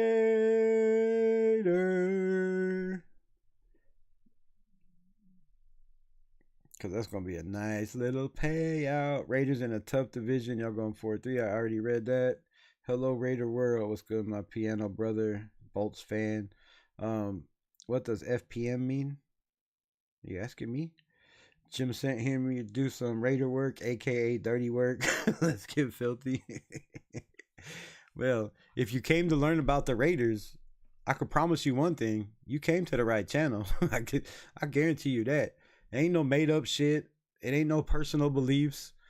It's all stats, facts. Numbers don't lie here. People believe what they want to believe, but I do my homework. So if you want to know about the Raiders that you could take back to your Jim Harbaugh daddy, fuck it, you came to the right place. I'm gonna let you need to know everything you need to know.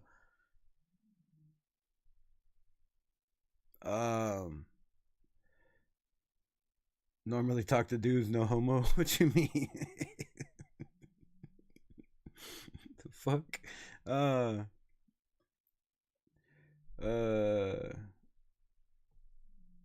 known him a long time. Too fucking long. What a nice, decent Raider community. Just come for the Raider Karen podcast.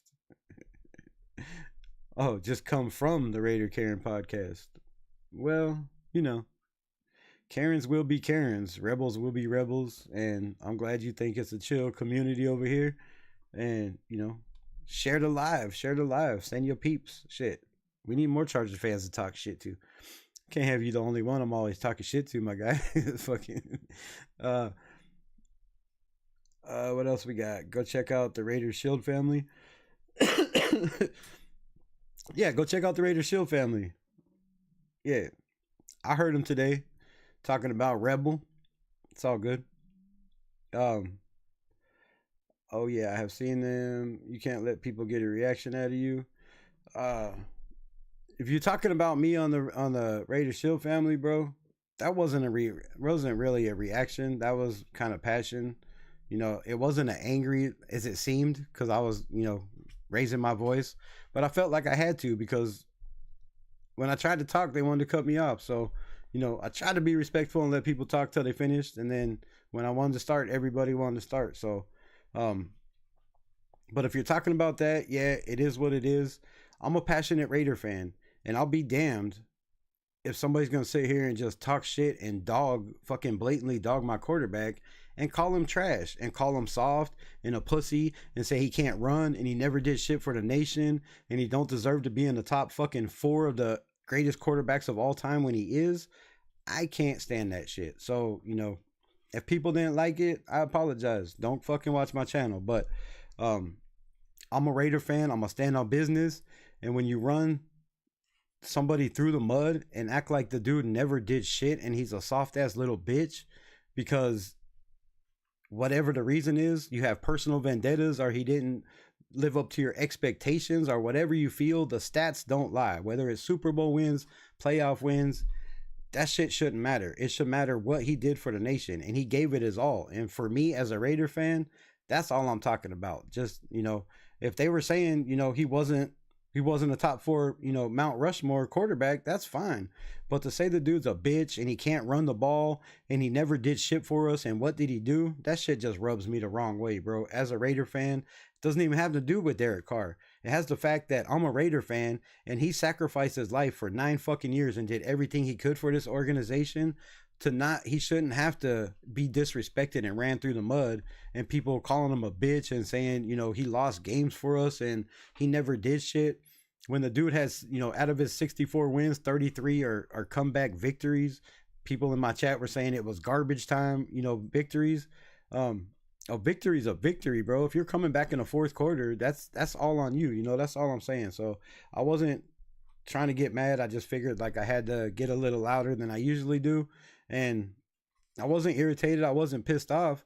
I just felt like I had to be louder so people understood what the fuck I was saying because, you know what I'm saying. So, but yeah, if you're talking about that, I really, I guess it came off like it got a reaction out of me, but the blatant disrespect for Derek Carr. Like, I mean, Piano Man, you're a Chargers fan, right? How many years have y'all gone without a quarterback? Would you take Derek Carr on your team as a Chargers fan? What do you think about Derek Carr? The other way around. Like, would you sign? Because, I mean, I know people that are Miami Dolphin fans that are like, bro, I'd take him in a heartbeat over Tannehill, over Tua, over all the dudes they've had. I know people that are Tennessee fans that are like, shit, I'll take Derek Carr right now in a heartbeat. We even heard ECG come on, East Coast Gridiron, a Jacksonville Jaguar fan that, said, I'll take Derek Carr right now, even with the shoulder injury, over Trevor Lawrence and Mark Brunell and all those dudes that have ever been Jacksonville Jaguar quarterbacks. That shit, didn't they make it to deep in the playoffs or to a Super Bowl or some shit the game before? But that's all I'm saying, man, is I don't care where he fits in or where he gets in. It was just the disrespect, saying the dude's scared to run and he's soft and he never did shit. Like that shit's just irritating to me. But yeah. Piano's a Bolts fan, Unleashed. I know he's a Bolts fan. But like I told him, as long as he ain't talking shit on people's families or being disrespectful, this channel grows by people commenting. So if he's the only one in my comment section, whether a Bolts fan or not, if he's commenting more than the Raiders fans in here, bro, what can I do? Like, I mean, he's supporting me more than my Raider fans are, which is shitty to say, right? There's millions of fucking Raider fans, and I got 10, 12 people, and I appreciate every one of you that come in here, but the ones that don't, like, fuck, they're in everybody else's chat, but, I got a Chargers fan that comes in my chat every night and supports me more than Raider Nation. That's kind of rough, bro. That kind of hurts as a Raider fan, you know? So I know he's a Bolts fan, but shit, I ain't got no hate on the dude, right? And it's a rivalry, you know? You should talk shit in a rivalry. I like the rivalry. I like, you know, the conversation. I like the heated battles. So yeah, again, as long as he ain't disrespecting nobody in here, you could talk shit about the team all you want. You know, it's a rivalry. It's fun to me, but some people get butthurt about it. I feel different. I feel different. Being a troll, Raider channel, he just got kicked off. Yeah, he gets kicked off a lot of channels. But he's more of a troll in their channels than mine because he gets a reaction out of them, right? He ain't getting a reaction out of me. Like, you know, I'll just kick him off. I'm not going to yell and scream or talk or, you know, say some shit. I'll just have somebody in the mob be like, all right, time him out. But if you get a reaction out of somebody, of course they're going to come in and fuck with you and talk shit. But they really shouldn't be mad, like I just said, because the dude is in their chat when they only have, you know, 5, 6, 7 people in there. You should be happy that somebody's coming in to support your channel, whether it's to talk shit or not. They're still engaging in the chat, and engagement and likes is what gets other people to come in. So, man, I don't care what team you're for. It is, as long as you, like I said, ain't blatantly disrespectful, then shit, I don't give a fuck. But yeah, you can't tag me. What you mean? Oh, you can't tag her? Darian Porter is a baller. I will subscribe. Check you out. My radio girls are only ministers that have channels. Oh yeah, luck to your team. Must be loyal, ride or die type. Right? Always ride or die type. I love the dream.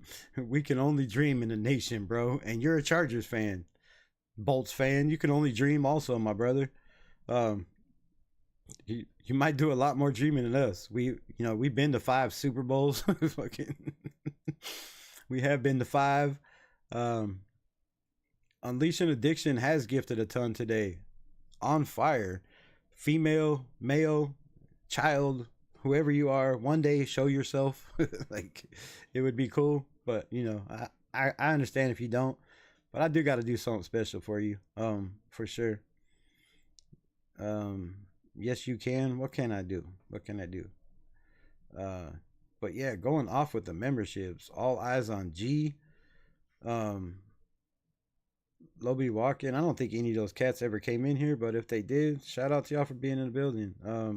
Houston from LA. Yeah, we got a lot of gifts. Wait, Candy, you don't have a sports channel?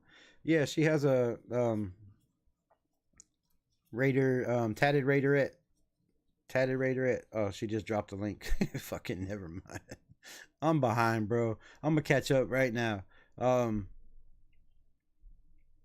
Sports channel, twerk for touchdowns. I ain't twerking for touchdowns. That's on your own shit. She has 75K viewers. Go watch her live. You'll find out. She crashes out on anybody that talks shit. When you were just talking about you can't let people get to you, right? You can't let people rub you the wrong way. Well, I mean, certain people you might want to rub you the wrong way, but certain people you don't. She's not one of those people, bro. She cannot bite her tongue. She cannot be criticized, said anything to. And it's really fun to watch. I've known the girl for 26 years. I lived with her for 3. It's better to watch on YouTube. Buck Luck was good. FPM. I don't know what that means, but yeah, I guess. Live stream every single day. 11.4 million views, bro. Let me get like 10 of those so I can make a little bit of money on this. Like 10 of the 1,000. I'm just saying. Mr. Popular. Okay, you provided play-by-play sports and wasn't a bench warmer. Who, me? I never rode the bench ever in my life. Matter of fact, I played offense and defense, so I never got to sit down. Special teams. It's the only time I wasn't out there. Unleashing gifts like crazy. What's good? Raider Shield family. What's good? I don't know what FPM means, bro. Good on. Make candy respect. James Furpo. This fucking chat just keeps going and going. You deserve this fan base, hun. LOL. Let me talk shit on my girl now. You should get a Super Bowl pronto. Please, God, yes. Please. Please.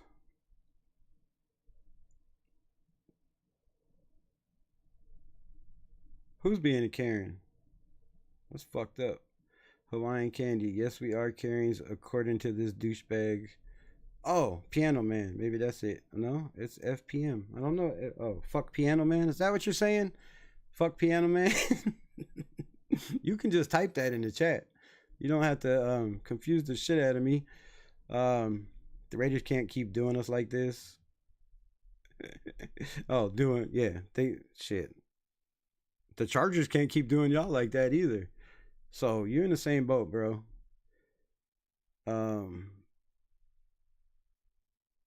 Well, Rebel, we like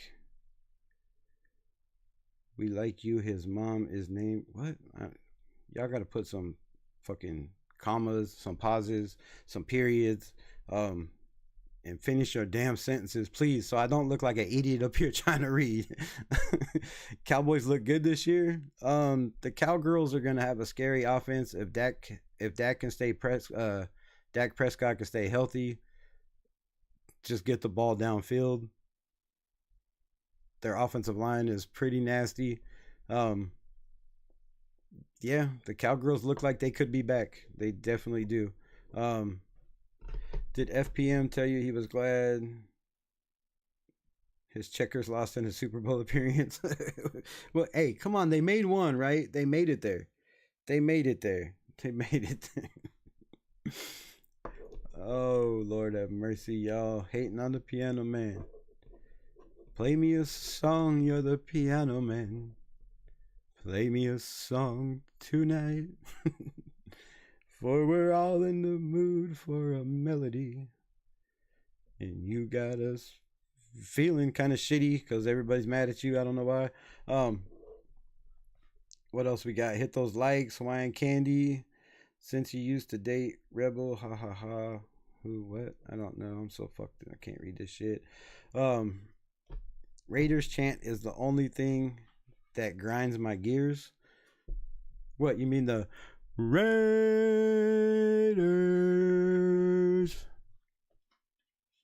That one? I love that. I love that saying. I'm gonna get a button. I gotta. What the fuck did my finger look like? I had a fingernail polish on it. I'm gonna get a button though. Not this kind of button. The kind you push. That kind of button. Then after we moved back to Arkansas, I still liked him.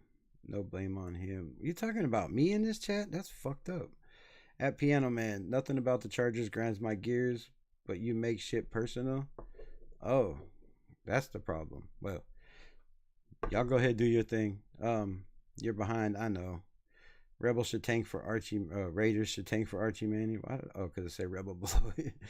The Raiders are not tanking for Archie Manning. I keep telling y'all, Archie Manning is playing at least 2 more years. His parents are not going to let that kid ruin his education, not get a college education to come to the NFL. They have money. They don't give a shit about the NFL. They know he does. They support his dreams. But we can see from every Manning, like, they're going to at least finish their degree. And, you know, if he finishes his degree by a sophomore year, then he possibly could come out. But I see it being his junior year. That's just my opinion. But I ain't tanking for nobody. I don't give a fuck. That ain't happening. That shit ain't me. Now, you know, other cats might wear fucking cheerleading uniforms and be on Team Tank, but you will never, ever see that shit over here, bro. Ever. Big Luck, what's good? What's good, Big Luck? Appreciate you in the building. Get this content creator going. You just a passionate Raiders fan. Yeah, I just love the Raiders, man. It is what it is. But, you know, it is what it is. I'm catching up, bro. Y'all just keep typing so fucking fast. You talking about Derek Carr or playoff wins? What's the question, bro? Leave Carr alone. I have so much respect for him. Being a real Christian leader off the field, some players' cards don't play out. Right on. Respect for that, man. I respect that. Piano Man, take DC's name out your mouth. Why? He talks better about DC than y'all. The fuck? Take his name out your mouth. And that's pretty sad that a Chargers fan can come in my channel and be like, damn, I got the respect for D. And I know y'all respect DC, but damn, some of the shit y'all say, like, and everybody can have their opinion on where he fits in the Raiders, you know, top quarterback regime or whatever.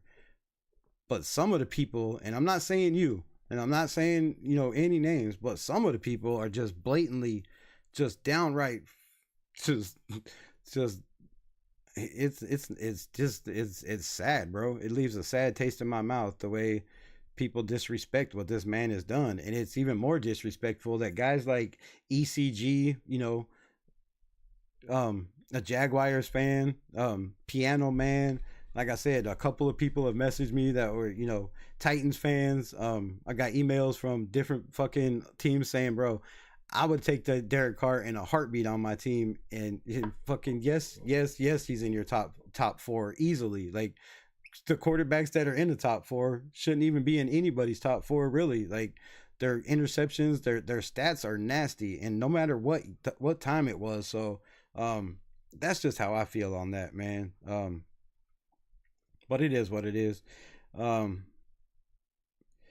you must be talking about DC Rebel. I probably was. Damn, I'm that far behind in the shit. Bro, leave Carr alone. I got to that. Keep him out of your mouth.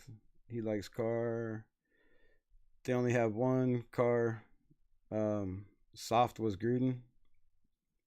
The only one that called Carr soft was Gruden. Nah, there's a bunch of Raider fans that call him soft, say he didn't run the ball when the man, you know, 3 of his injuries are jumping over players, diving for touchdowns, whether the ball was knocked out or not.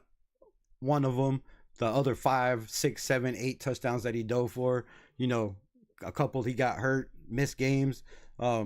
He broke his finger on a snap, came back in. We were behind. You know, was in the locker room for a while, comes back out. All he does is win us the game.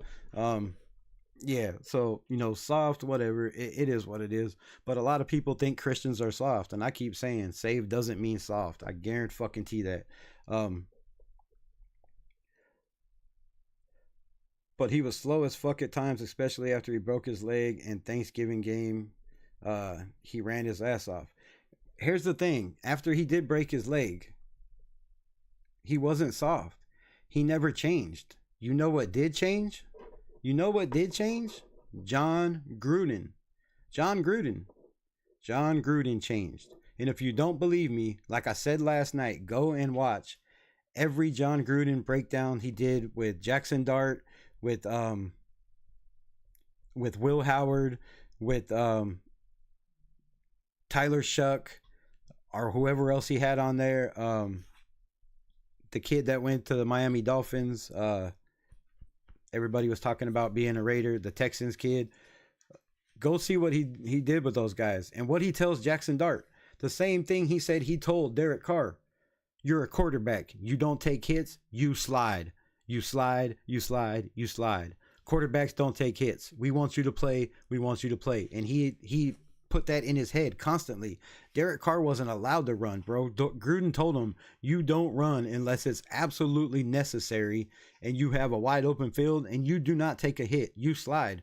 So John Gruden ruined Derek Carr, bro. The coach would not allow him to run. He told him, you know, this is it. If you're going to run, I'll take you out. I'll put somebody else in. And Gruden was that type of dude. So that's my opinion on it. Yes, he got soft after you broke your leg.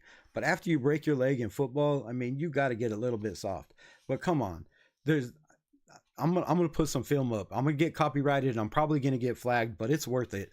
I'm gonna put film up of Derek Carr even as the Saints. You know how he hurt his shoulder? You know why he's retiring? Because the man dove over 2 defenders, landed on his head and his shoulder to pick up 1 fucking yard. 1 yard cost Derek Carr the rest of his career. But he's soft and he doesn't have heart to play quarterback. He's not a leader. Fuck out of here with that. I'm gonna stop. Chargers had some of the great quarterbacks over the years. Fouts is overrated. Drew Brees, Rivers, and Herbert. They did. Drew Brees, I mean, shit, wasn't there long. Phillip Rivers, I'm taking Derek Carr all day, but I mean, out of the quarterbacks y'all had, shit, y'all had some quarterbacks that might be up there better than our top 4 that everybody says, the Mount Rushmore is nasty. And I don't want to hear that shit. It was a different time. It was a different league. Well, it was a run league, all that shit. Then if it was a run league, how does our best 2 quarterbacks in the history of the organization have more interceptions than they have touchdowns in a run league? I'm just saying. I hope DC retires a Raider. If he doesn't, it looks bad on the organization. It casts another dark shadow on this silver and black legacy, in my opinion. Just another bad mistake. And now maybe Derek Carr doesn't want to retire. Maybe what we did to him, what we did to his wife, because we did kick his wife out of the booster club when we sent him home. And I seen some people last night on the chat. I don't know what the fuck the name of it's called, or I would say female and a dude talking about Raiders. And the chick was nonstop going off about how Derek Carr didn't show up after he was benched. He wasn't benched, bro. He wasn't benched. He was basically fired. They told him to stay home, not to show up to the game. They even kicked his wife out of the booster club and all that shit. So maybe Derek Carr doesn't want to come back to the Raiders. I know he loves the Raiders more than anything, but it might be up to him. Maybe there's some bad blood there. I don't know how it goes, but he definitely deserves that if he wants to be. Bottom line, he deserves to retire as a Raider if he chooses or asks for it simply. Yeah, but I feel like he shouldn't have to ask for it either. Like, for what he's done for this organization, more than any quarterback in the history of the organization by double, with less interceptions by double, they should be calling him on the phone and saying, please come retire a Raider. Once a Raider, always a Raider. We owe you that for the way we treated you, for the fucking teams we didn't build around you, for cutting you and having a shitty team for the next 3 years because we had nobody to replace you, and nobody that we could have signed or brought in free agency could have ever held his jockstrap. We owe it to him for the Raiders to call him and be like, please retire a Raider. I don't think he should have to call anybody, but that's just my opinion. Everybody has their own. The disrespect for this dude just fucking irritates me, bro. Double tap the screen and just keep pausing screen. LOL. What does that mean? I can simultaneously multitask. Sorry, can't keep up. That's right. He deserves to retire a Raider if that's what he wants. Yeah, he definitely deserves to retire a Raider.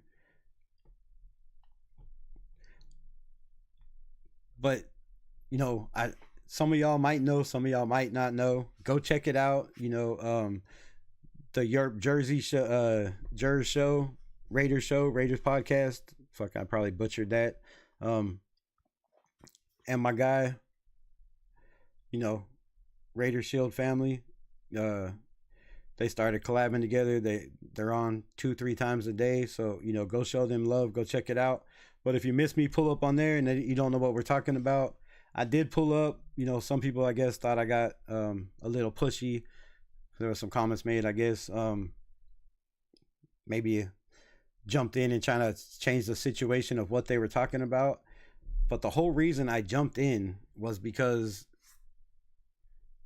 not just one, but three people were saying, Derek Carr was soft. He didn't run the ball, and just running down my quarterback. And the more I sat there and heard their blatant, just fucking bitter anger for personal reasons, not for playing reasons. Now, we can talk about the Super Bowls and the rings, but obviously we did that. The Hall of Fame doesn't give a shit about that. There's more players in the Hall of Fame that never had a playoff win or a Super Bowl win than there are probably Super Bowl winning quarterbacks, which is absolutely crazy. If you get a chance to go walk around the Hall of Fame, go check it out.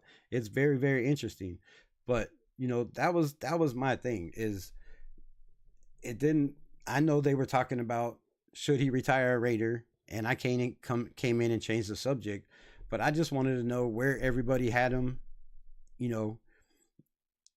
as a Raider quarterback. Was he in their, Mount Rushmore? Was he 5th? Was he 6th? And at the end of it, I kind of said who was in my Mount Rushmore. It wasn't even right, bro. I was just pissed off at the end a little bit. I think I got a little bit angry because they just, kept everything I said, fact after fact, after stat, had a personal reason why he doesn't deserve to be in the top 4 of the Raider quarterback history. And really, the more I looked at it again today, he's probably the only one that deserves to. And I got stats right here. I don't want to pull them up. It's late. I already been on too long. But if people want to know, I will tomorrow.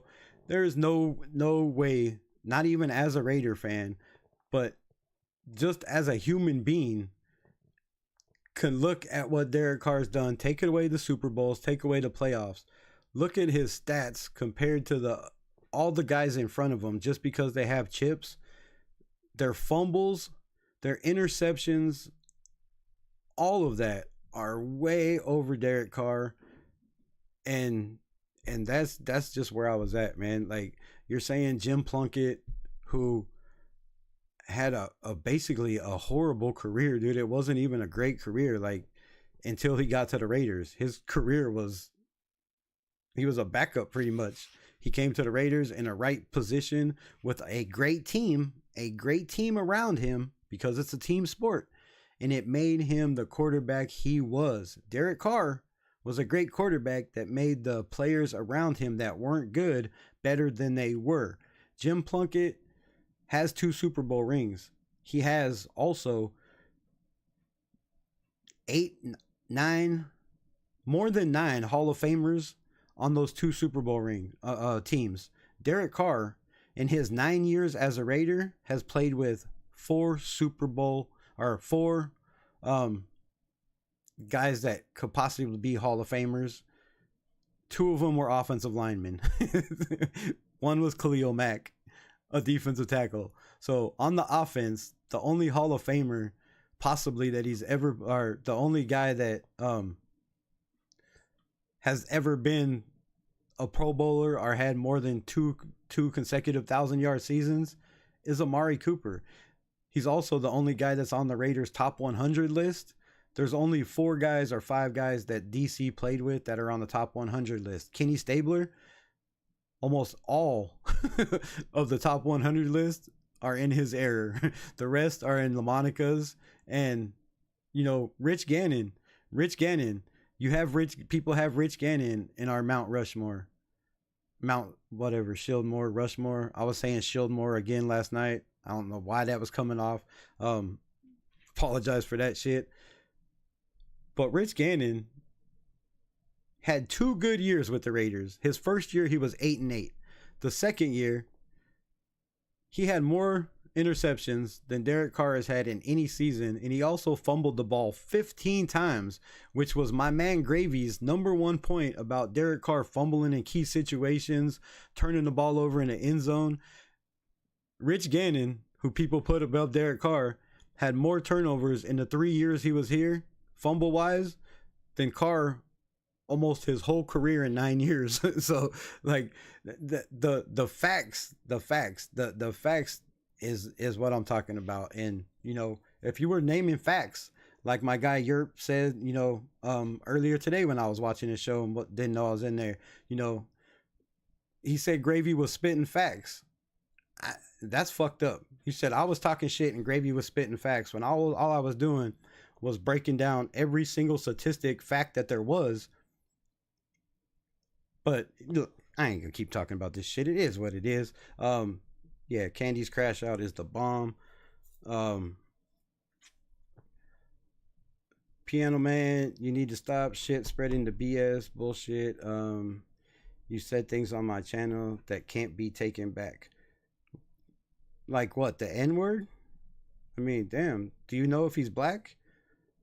Because damn, your boy Yerp says it like all the time in the live with him. So if that's what it is, now if he talked personal about you, I don't know. But if it's just because of that, that's crazy to me. That's crazy to me. But again, if y'all could handle your business somewhere not in my chat, I'd appreciate it. DM each other and shit. But you know, if you have a vendetta with the dude, block him so you don't see his shit, bro. But again, if y'all want to keep talking, it helps the algorithm. I don't really care. But I just don't know why it should be personal, man. It's just YouTube. Like I don't know the attacks. And if you want to go ahead and message me, because we are friends, Navman on Instagram, you know, let me know what he said. And you know, if it's something that I think that he should be kicked out of my chat, then I'll think about it. But other than that, bro, I don't know. I'm dead. Rebel twerking for touchdowns. Fucking nah, bro. I ain't twerking for shit. Like, I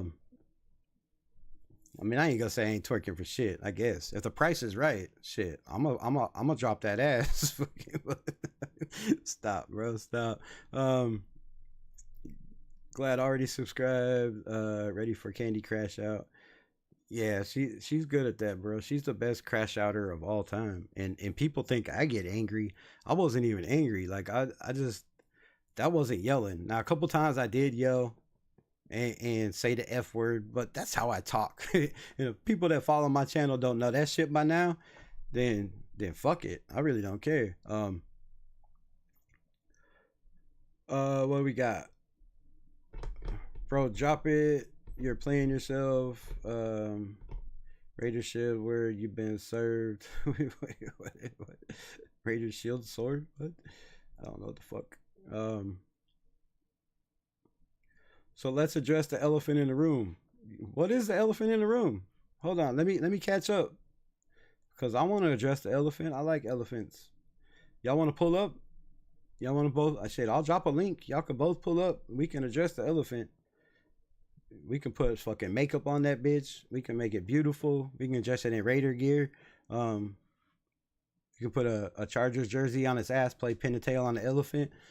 Fucking, you know what I'm saying? But shit, what's the elephant in the room? Let's address it.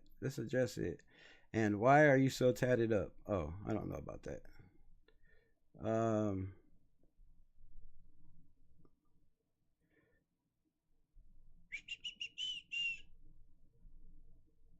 You have merch on your website? I need to get merch on my website. I need to get some merch. You took a glimpse at my first question is your artwork. She has a grip, bro. Like 70 something tattoos. I tried to count them one time, but I fell asleep. Seriously. I was like 1, 2, 3. It was fucking a lot. And if you count some of the ones that are inside some of the ones that you could possibly count as like 2 or 3, it could even go up to like 100. She's a walking billboard, like really. I can't keep my chat up because I'm so far behind. Damn, 17 is a sweet number. That's weird. The fuck.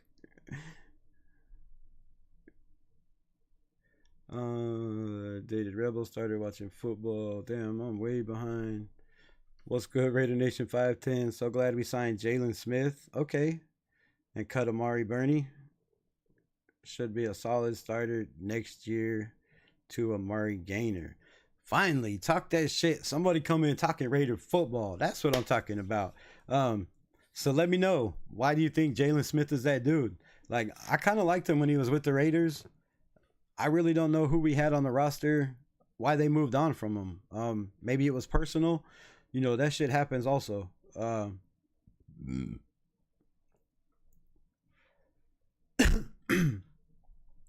don't know. But yeah, let me know, because again, if he can cover better than what we have in the building, him and Amari Gainer would be a nice little duo. But you know, he is a year older than Devin White, so I don't know. Hell yeah, crazy ass take. Oh, you guys are friends. What?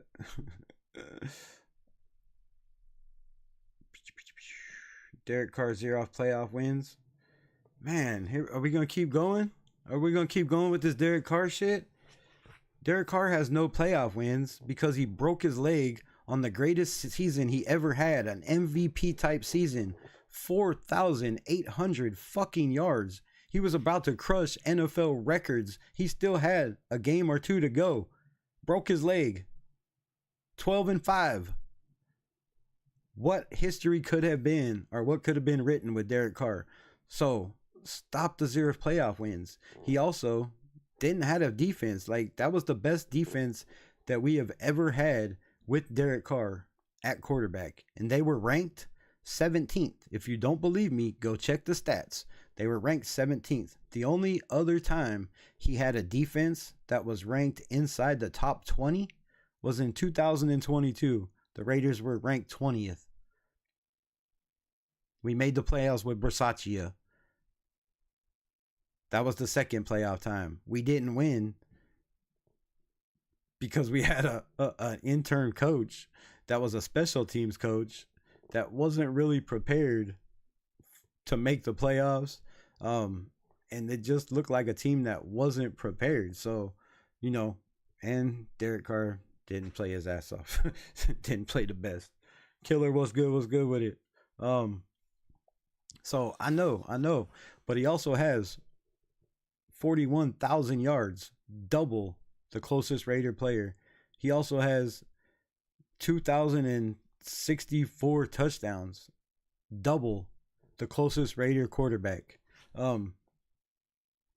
He also only had 3 Pro Bowl receivers in 9 years.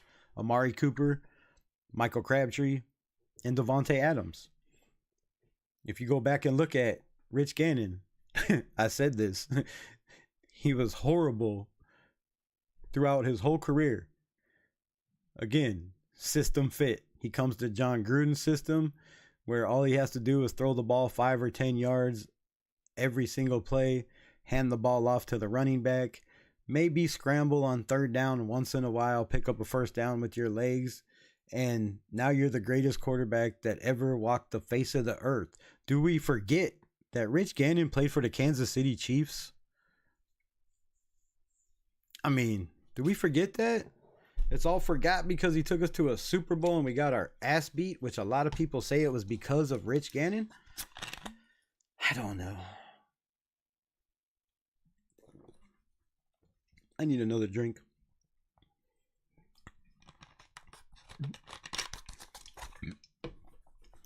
There's never been a quarterback in the history of the NFL that's ever made the playoffs with a defense under top 15. Derek Carr has never, ever in his history with the Raiders, 9 years, had a defense that was ranked below 15. Excuse me, I think there's 3, maybe 5. There's not many. It's a very small margin that were ranked not in the top 15. Very, very small margin is what I'm saying. So the only 2 players in the top 100 for the Las Vegas Raiders is Gabe Jackson,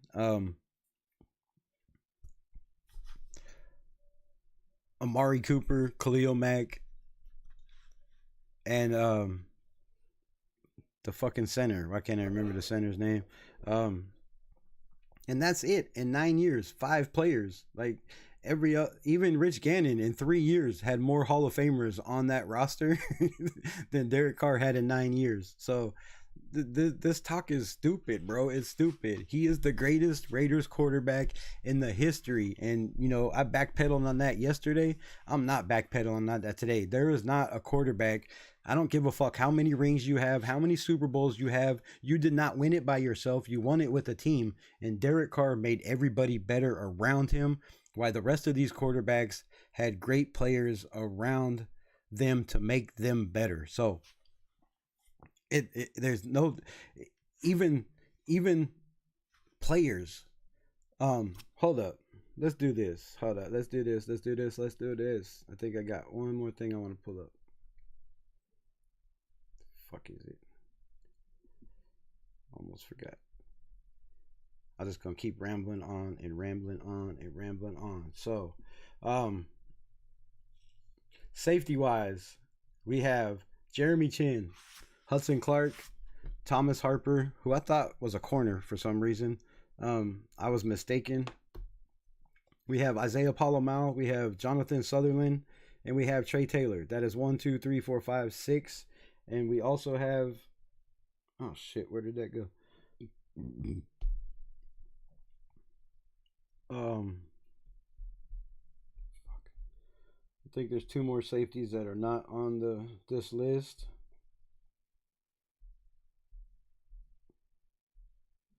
Las Vegas Raiders safety Hudson Clark is on there. Gamby Guff is on there. All right, never mind. So, yeah, we have 6 safeties. We kept 4 last year. So 2 of these cats are getting the boot. But I believe they will be on the practice squad. I don't think they're going to get the boot. I believe all these safeties make this roster.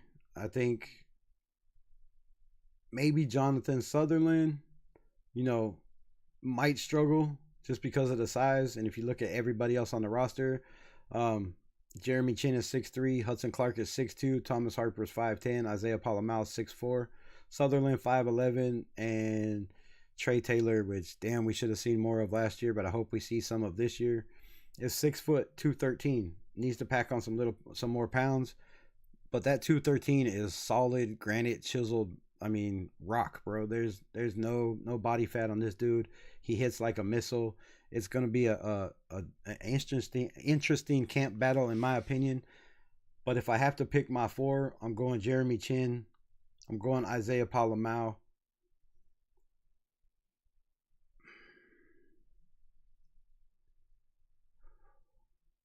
Man, that's hard. I think I don't know. I don't know. Harper was great in the community last year, and everybody in the building loves him. Everybody in Vegas loved him. You know, he did a lot of charity shit for the kids and shit like that. So I could see that definitely boosting him up. The fact that he's only 24. But again, I'm gonna go with Chin, Palomau, Trey Taylor, and I really think Hudson Clark has a chance to make this practice squad. If he doesn't somehow make the roster, I think he's definitely going to battle with Sutherland and Harper. And then special teams, we don't have to show none of that. So, that's my roster. That's where I have it at so far. And I think I missed 3 players last year when I did my roster breakdown. If you don't believe me, it's called Raiders roster breakdown last year. Why ain't the fuck ain't this working? Hold on. What the fuck is going on here?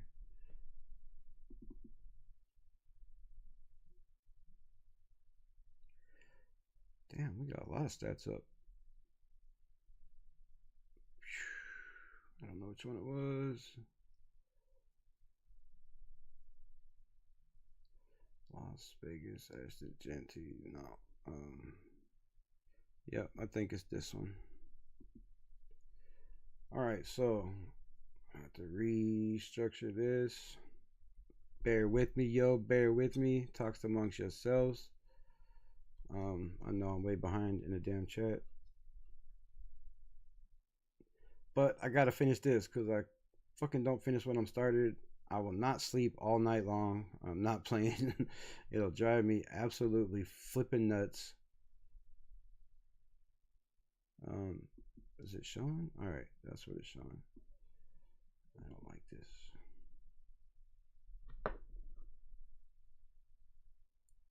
Because y'all know how many times, I mean, I'm passionate about this shit, y'all know. But y'all don't know how many times I get off alive and I can't sleep because I'm like, fuck. I told people I was going to talk about this and I didn't. Or I told people I was going to talk about this and it didn't come up. And that shit irritates the shit out of me. So that was my roster. I finished. All right. Thank God that's working. Pull this bitch up so we can see my favorite quarterback of all time, Jim Plunkett. All right. Now let's go back.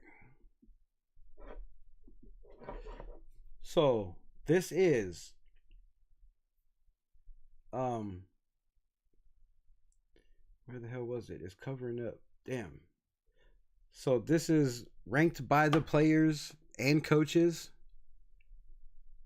of all different teams, past and present. And I believe it was 4 years ago.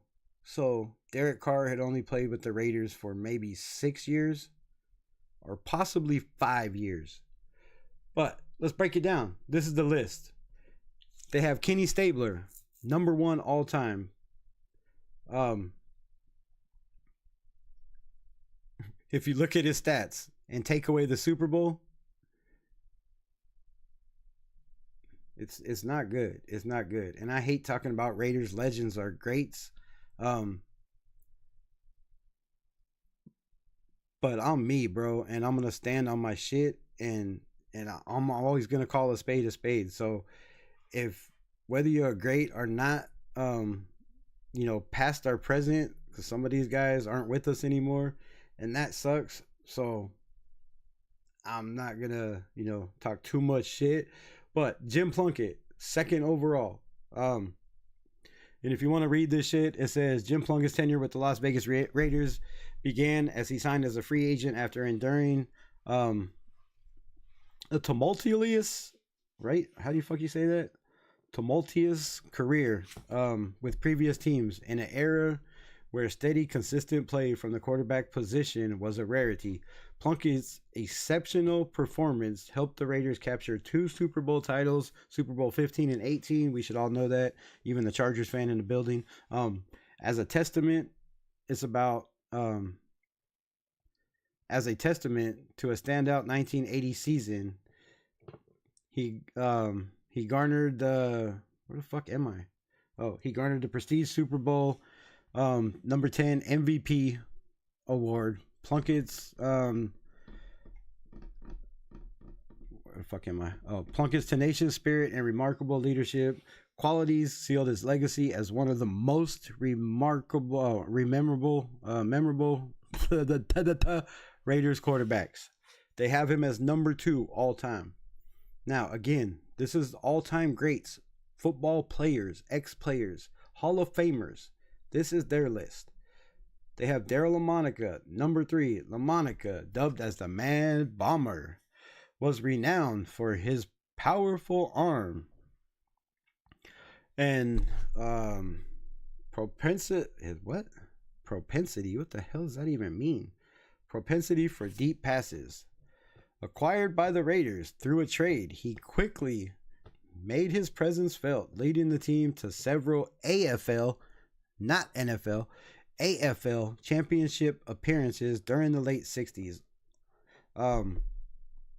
Although a championship eluded him, LaMonica provided his word, being named the AFL's most valuable player for 1960-1969.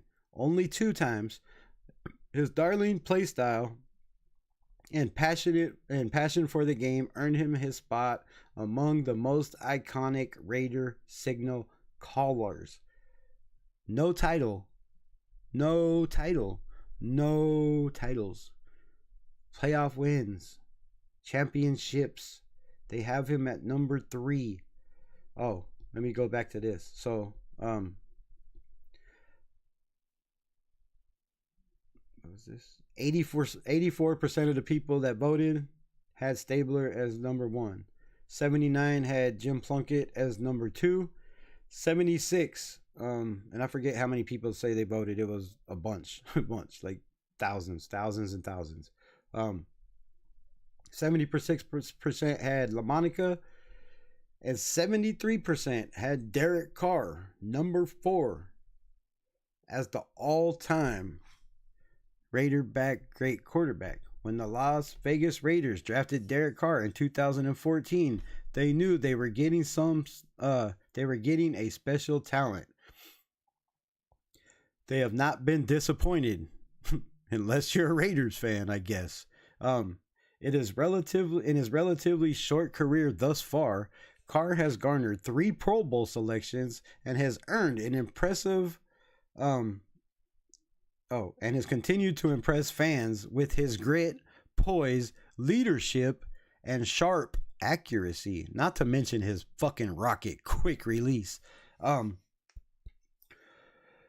Though he has yet to lead the team to a championship, his overwhelming commitment to excellence, right? Commitment to excellence has sparked great hope and future success. Carr's name is already etched in Raiders history as one of the best quarterbacks in the franchise has ever seen. And in my opinion, he is by far the best quarterback this franchise has ever seen. I don't care what anybody says, disagree, everybody has their own opinion. Take away the chips, take away the playoffs that he couldn't control because of bad drafting, because of horrible coaching. Let's not forget who this man, Daryl LaMonica's coach, was. Let's not forget who this man, Jim Plunkett's coach, was. Let's not forget who this man, Kenny Stabler's coach, was. Now you could say he had John Gruden, but was John Gruden ever a John Madden or a Tom Flores? You answer that question and debate that yourself. However, to me, the greatest quarterback to ever don the silver and black, and that is my story, and I'm fucking sticking to it till I die, bro. I'm taking that shit to the grave. How deep is this chat? Holy shit. Wow. Thank y'all for commenting. I'm gonna start at the bottom and work my way back. Piano Man is selling something for $900. That's what the article says. Well, yeah, that's what the article says. If you're talking about my article, I don't know. Take a blinker. Send me a super chat. I'm just saying.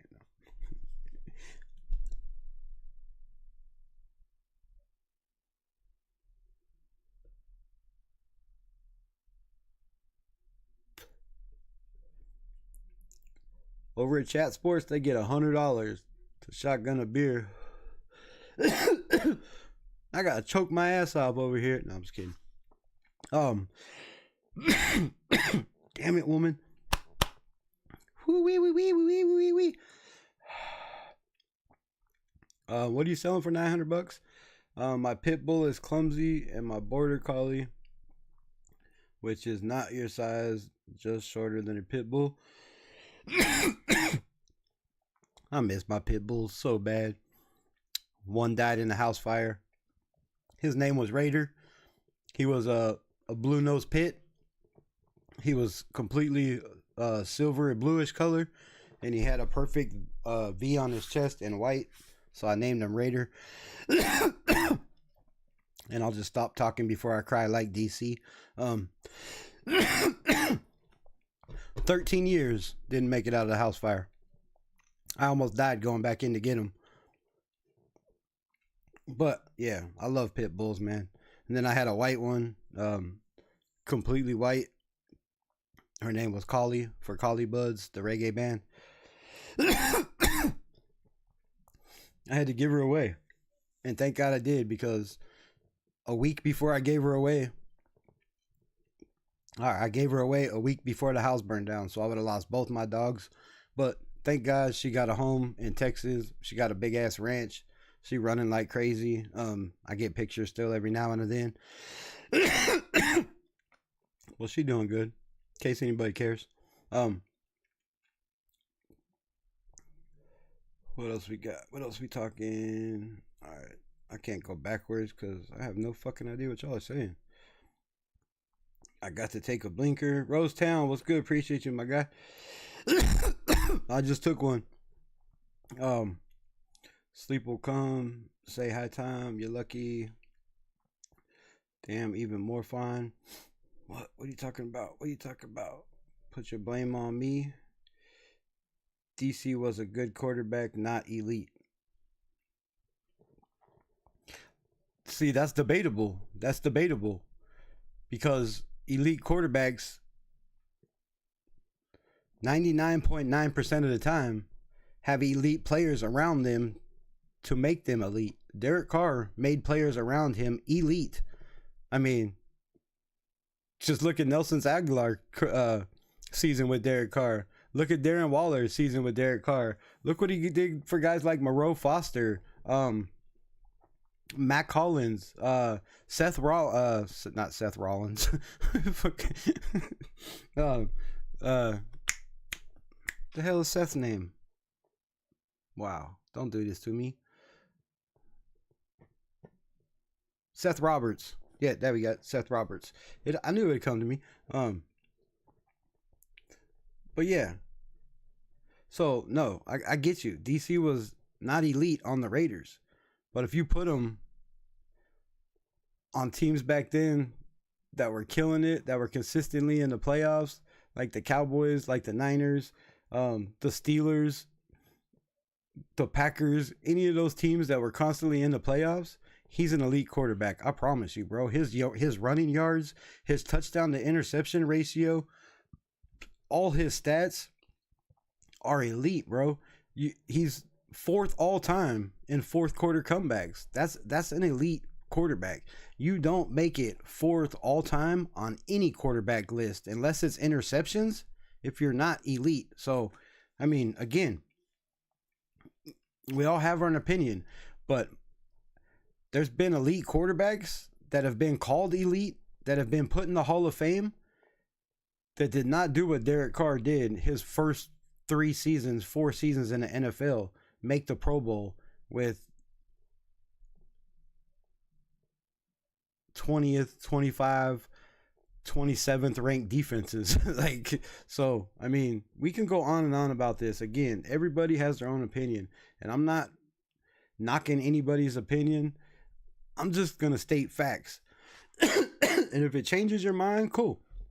If it doesn't, that's cool. I like motherfuckers that stand on business and won't change their mind. But, you know, you don't have to believe he's an elite. Some people don't even believe he's good. He's been called mid.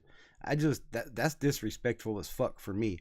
As a Raiders fan that is going to defend any Raider that has ever, you know, been on this team more than 3 years. Because let's face it, guys like Rich Gannon, he was on here for 5, but look at another thing. Look at Gannon's stats after the 2 years after the Super Bowl. Dude played in 4 games, 7 games, and it was absolutely awful without John Gruden. He was absolutely, absolutely bad without John Gruden. And I love Rich Gannon. One of my favorite quarterbacks of all time as a Raider, obviously, because not too many quarterbacks took us to two AFC championships and a Super Bowl, you know, but but the all around production on bad teams, on teams that weren't very good, these quarterbacks were trash. Derek Carr on teams that weren't very good was still very fucking good. Very, very good. 3,000 plus yards, good. Double the touchdowns, the interceptions, good. I mean, so, you know, it is what it is. I don't want to pause the live. I just saw it again. Like I said, took a glimpse, and yeah, I wish Wish you the best life, Raider candy. You look like you deserve a lot more than it's in the Raiders love. Stop playing. Go give her that Charger love. Go give her that Charger love. Y'all funny as hell. I tell people that I have a backyard beach behind me, which is 3 or 4 hours. Damn, that's a long time. That's a long time. A backyard beach, 4 hours?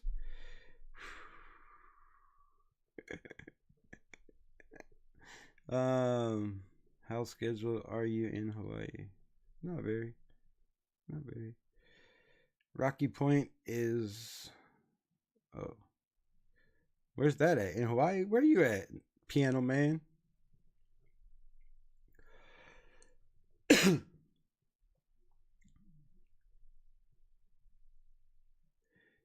James Jones, Cardell Patterson, Dwayne Harris, and Jordy Nelson made a Pro Bowl. They did make a Pro Bowl. They did make a Pro Bowl. Shout out to James Jones in the building. But again, what did those guys do before and after DC, though? That's what I'm saying. DC made everybody around him, every receiver that came in that building, never left and had a career like they had with Derek Carr. It's just facts, man. The kid was a dog, and whether they want to say it or not, admit it or not, I know he broke a lot of hearts.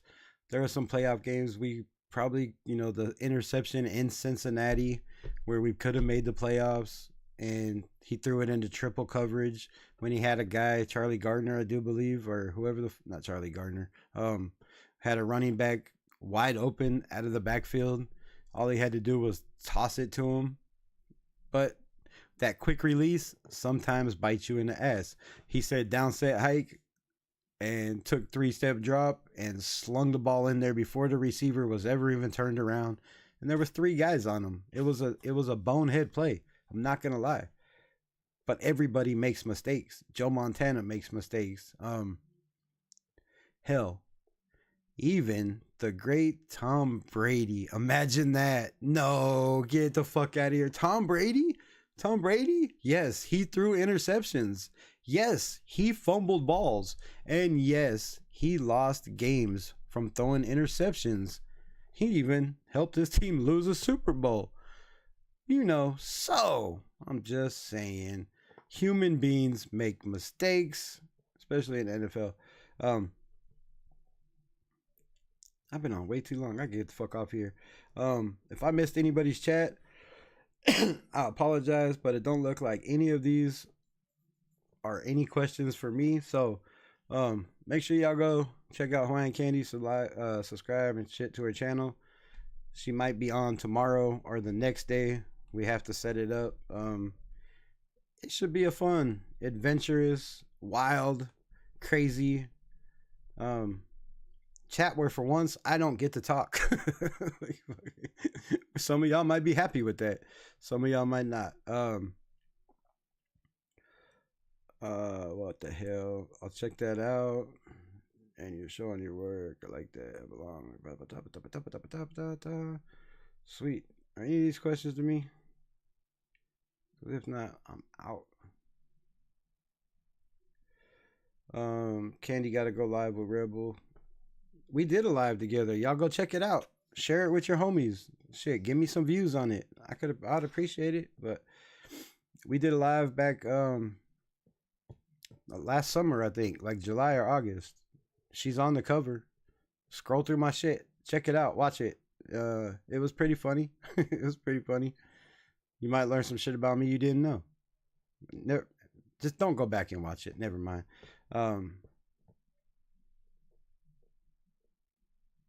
Rebel, we'll have to set it up one of these days this week. Yeah, I know. I just don't know what days or what subjects. Shit. Maybe we do it tomorrow for the schedule release. I don't know. Call me later. What else we got? Rosetown. We have to get Rebel to set it up. Yeah, we'll set it up. We'll set it up.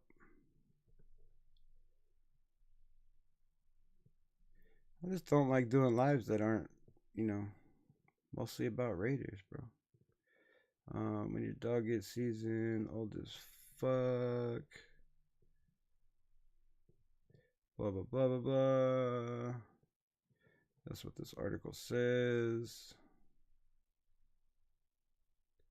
Oh, you selling dogs for 900 bucks?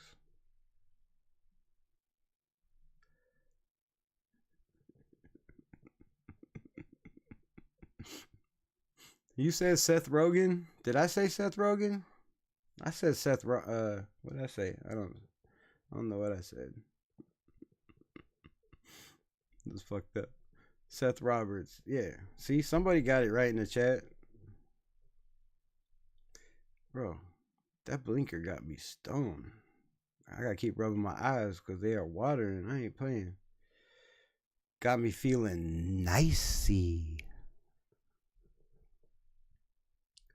DC was definitely better than his brother. Oh, come on, man.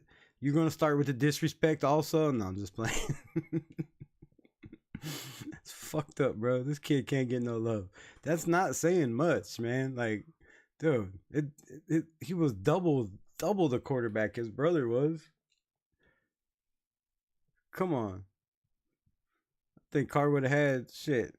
He would have killed it over there in that team. That wasn't a bad team David Carr was on. Carr can be on Raiders Rushmore because he didn't run. What do you mean he didn't run? Hold up. Alright. I was gonna get off here, but Jesus. I'll take that blinker while I'm doing this.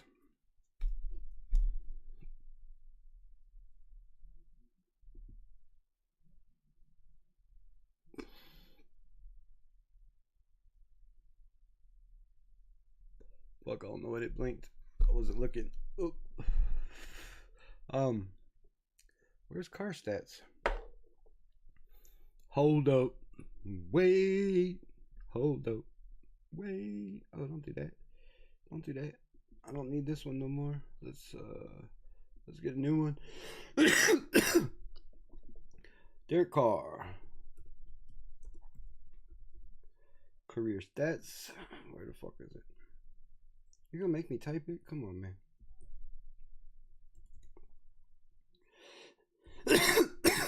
Bitch. Hold up. Wait. Oh, I hate this one. Are you not gonna give me rushing? Alright, ESPN, yeah. Alright, ESPN does. Ching ching bang. Boom bang bang. Chang. Alright, rushing yards. Rushing yards. Ooh, that's bad. Ooh, that's bad. Oh, I thought that was fumbles. I was gonna fucking have a heart attack. I was about to retake. I was about to take back everything I said on Derek Carr. Thank God I was looking at the wrong category. So in 2014, he didn't really do much. He ran for 92 yards. He had 6 fumbles, the most he's ever had in his career. He only lost 2 though. He recovered all 4 of those, I believe, himself. So they were, those fumbles that happen. Ball gets slapped back into you or knocked into your hand or whatever. Whatever it was. 2015, he had, actually, I don't know. I'm not pulling this up. Hold up. Give me a second. Fuck. Because I could just say it's whatever. Y'all ain't gotta believe me, right? I wouldn't do that, but I mean, I could. DC stats. Boom, bang, bing. Sucked your mama, bing, ding. Oh no, that's not it. That's not it. What the fuck is all this shit? Right there. Where do I go? Let's put me. All right, it was 6-2. All right, so the next year. Wait, I can't see it. Hold up. Fuck. Welcome to Late Night with Raiders Rebel. Thanks for rocking with your boy. The 10 in the building are absolute real ones. And everybody else has been in this chat is real ones. I appreciate y'all rocking with your boy for sure. It means the world, especially when I'm on this late. Share the live, yo. Share the live. Get some people in here. Let's get some comments, some more thumbs up. I know there's a million people still awake in other countries that should be watching and learning shit about the Raiders. Get them in here. 2015, D to the C. He had 138 yards rushing, averaged 4.2 a carry. I mean, damn, that's better than our running backs. His long was 24. He had 2 fumbles. He lost 1. 2016, he only ran for 70 yards. But he didn't have to run that year, right? That was the DC year. One of the best years he ever had. So he stayed in the pocket. He had an offensive line. He had some weapons, and he ran for 70 yards, 1.8 average. Longest was 13. He had 3 fumbles, 1 lost. 2017, he appeared in 15 games. That's another thing. Save it for another show. There'll be plenty more times to talk about Derek Carr. He had 66 yards, 2.9 an attempt. His longest was 32 yards at a 62 yards. So he had 1 carry, 32 yards, and the rest were very, very, very, very weak. Had 4 fumbles that year. 2 of them lost. Not great, not bad. 16 games he played in. 2018, he had 47 yards. 1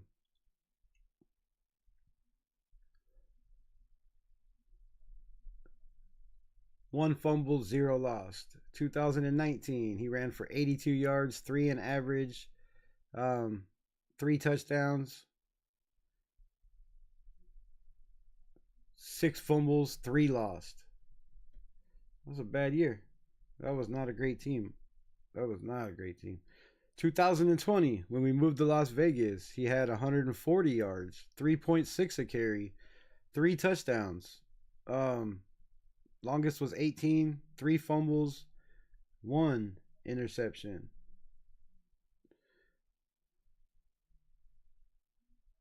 (2021) 108 yards, 0 touchdowns, 4 fumbles, 0 lost. All got back. 2022, 102 yards, 4.3 a carry. Longest was 20. He had 1 fumble, 0 lost. For the New Orleans Saints, they did not let him run the ball very many times. He had 40 yards. Now again, when we're looking at quarterback yardage, we also have to look at this number up here. I don't know if y'all can see my cursor on the screen. See this number that says SACK? Fucking yeah, that sack number. 24 times, 31 times, 16 times, 20 times, 51 times. 51 times. That's what happens when they trade the best center till we had in a long time away. I do believe. Wasn't it 2018? No, that was that the first year with Andre James? No. I think I'm wrong. I think I'm wrong.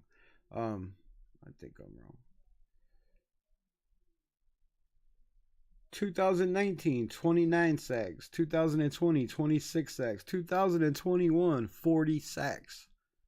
2022, 27 sacks. 2023, 31 sacks. With the Saints, he only took 8 sacks. before he was hurt. And also, you know, let's look at these numbers right here. So Derek Carr played in all 17 games with the Saints in 2023, his first year. When everybody says he has injury problems, he's soft, right? He had 548 attempts with 375 completed for a 68.4 completion ratio, which is top 10 in the NFL. He also had 3,878 yards, which is what, 100, 200 less than Geno? 7.1 average with 25 touchdowns to only 8 interceptions. I do believe Geno had 21 interceptions or 21 touchdowns with 15 interceptions and 6 fumbles last year. So he did pretty damn good for New Orleans, is what I'm saying. His longest throw was 58. He was sacked outrageous 31 times. But his quarterback rating was a 53. His RTG was a 97.7. It's been in the 90s every year except for one. So, no, he didn't run the ball a lot. But when you get sacked 24 times in a season and you run the ball, where we at? Rushing. If you're running the ball 29 times,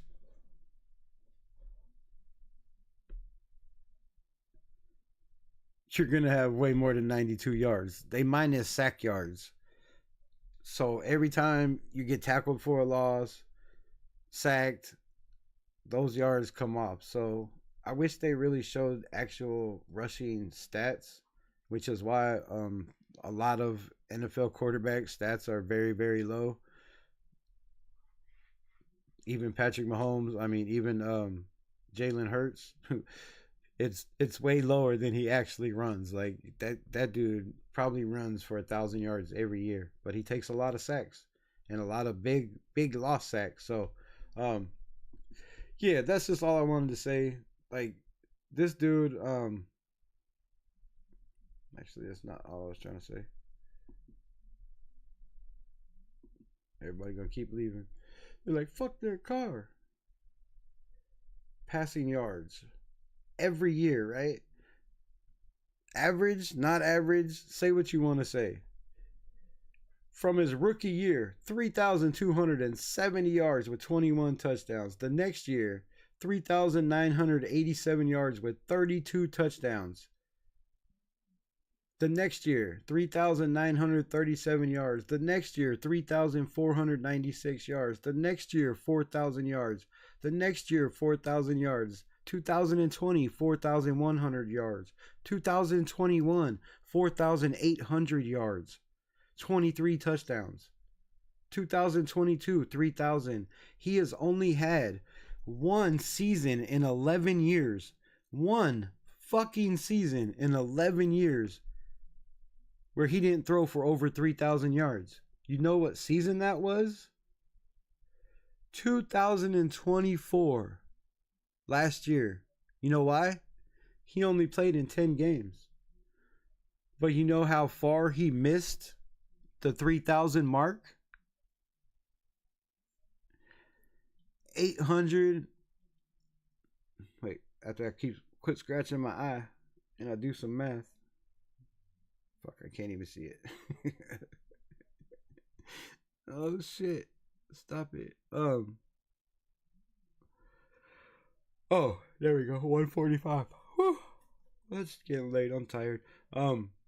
Yeah, so 855 yards short, but he had 7 more games to do it. So he easily would have had 3,000 yards, if not more. I do believe last year, didn't they start out 2-0 and he had 2 games back to back with like over 350 yards and like 3 tutties or some shit, some crazy amount. So yeah, even in 2024 when he played in 10 games, 279 attempts only. He had a 67.7 completion ratio. He had a 63.4 QBR and a RTG of 101.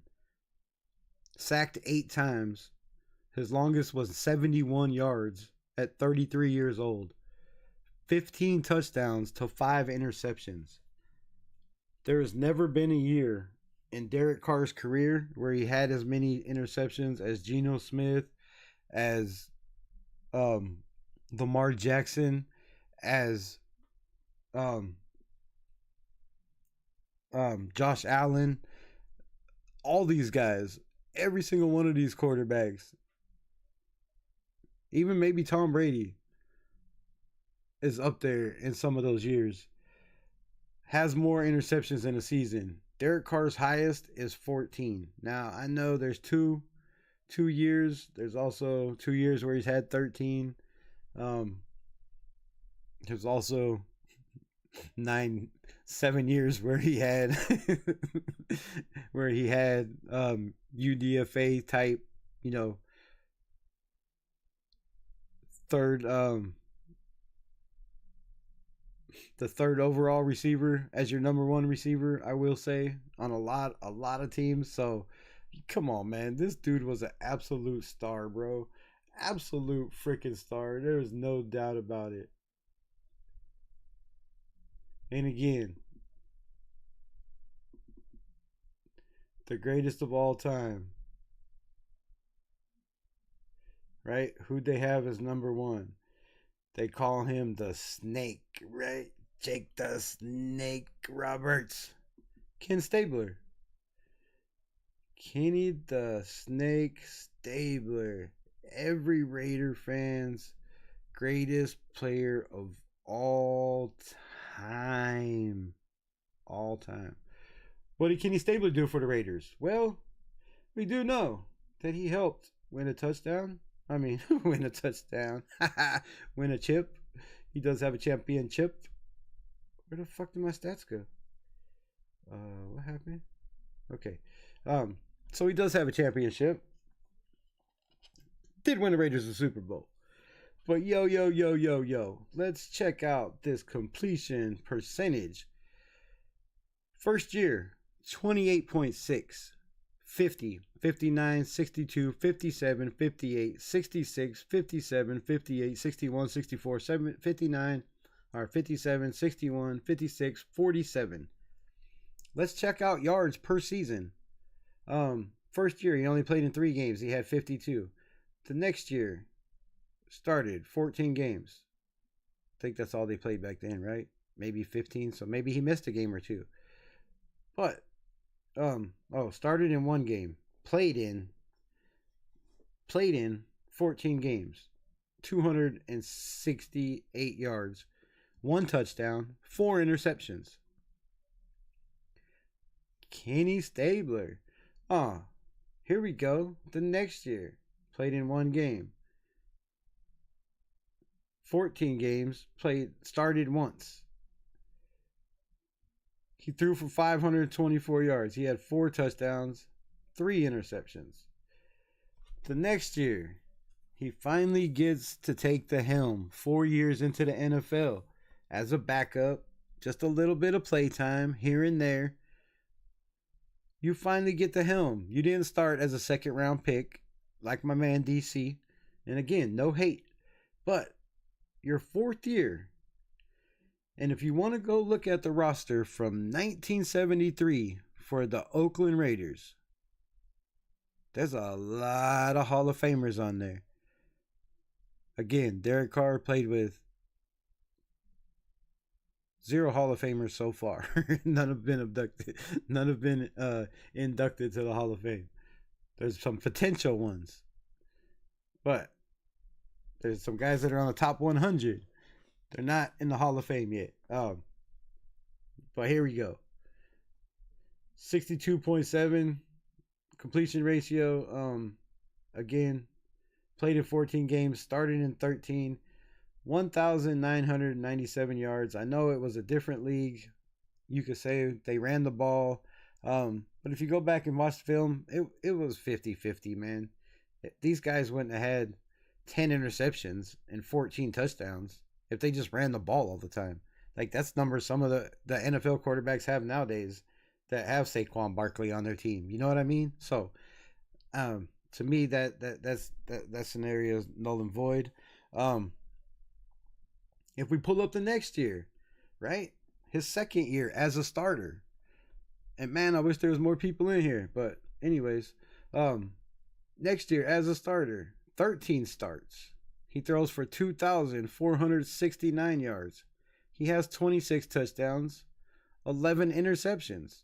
You know, not bad. That's better than 14 touchdowns and 10 interceptions, right? That's definitely better than that. Do it show his sacks? I guess that would be SK. No, that's not SK. Yeah. Sacked 34 times. Only 18, 19, 19, 16. So he had a great offensive line. And they called him the Snake because he was kind of like the innovator of mobile quarterbacks. That's why everybody loves him. He brought a new aspect to the game that not everybody had. Not everybody was doing. You know, it's what Al Davis did his whole life. That's why he was a rebel. Raiders Rebel. That's why he's a rebel, you know? So the next year, 1975, the year I was born, damn good year. I watched this no, I'm just kidding. I was fucking born, right? Mom hated football, still hates it to this day. She can't stand me talking about it. He started in 13 games, missed a game. What? The great Kenny Stabler, the greatest quarterback all time of the Raiders, actually missed a game? No, he did not. Oh wait, he missed one the year before that, and the year before that. But the attempts, 293. I mean, that's what, 20 or 30 less attempts than Derek Carr was having. 2,296 yards. With receivers that are in the Hall of Fame. Receivers that at the time were the fastest dudes in the NFL. Al Davis was the innovator of that shit. So, bro, again, his best season. All right, let's just look at interceptions. After he had three good, decent years, it declined. It declined big time. Big time. He started in 13 games. Their record was 10-3, but he threw for 2,176 yards with 20 touchdowns and 20 interceptions. How in the fuck do you win 10 out of 13 games with a quarterback that throws 20 interceptions and 20 touchdowns? Now, if we're talking about a Geno Smith type or, you know, other guys that weren't named Derek Carr, people won't have this same energy and they'll be like, oh, well, he didn't have good receivers. He didn't have offensive line. Well, let's see how many times he was sacked. He was sacked 16 times that year. 16. Come on, y'all. What are we doing here? This is our number one rated of all time because he has a Super Bowl ring. Then it got worse, bro. It got worse. 1978, 2,900 yards, 16 touchdowns, 30 interceptions. 30 interceptions. I know defenses were great back then.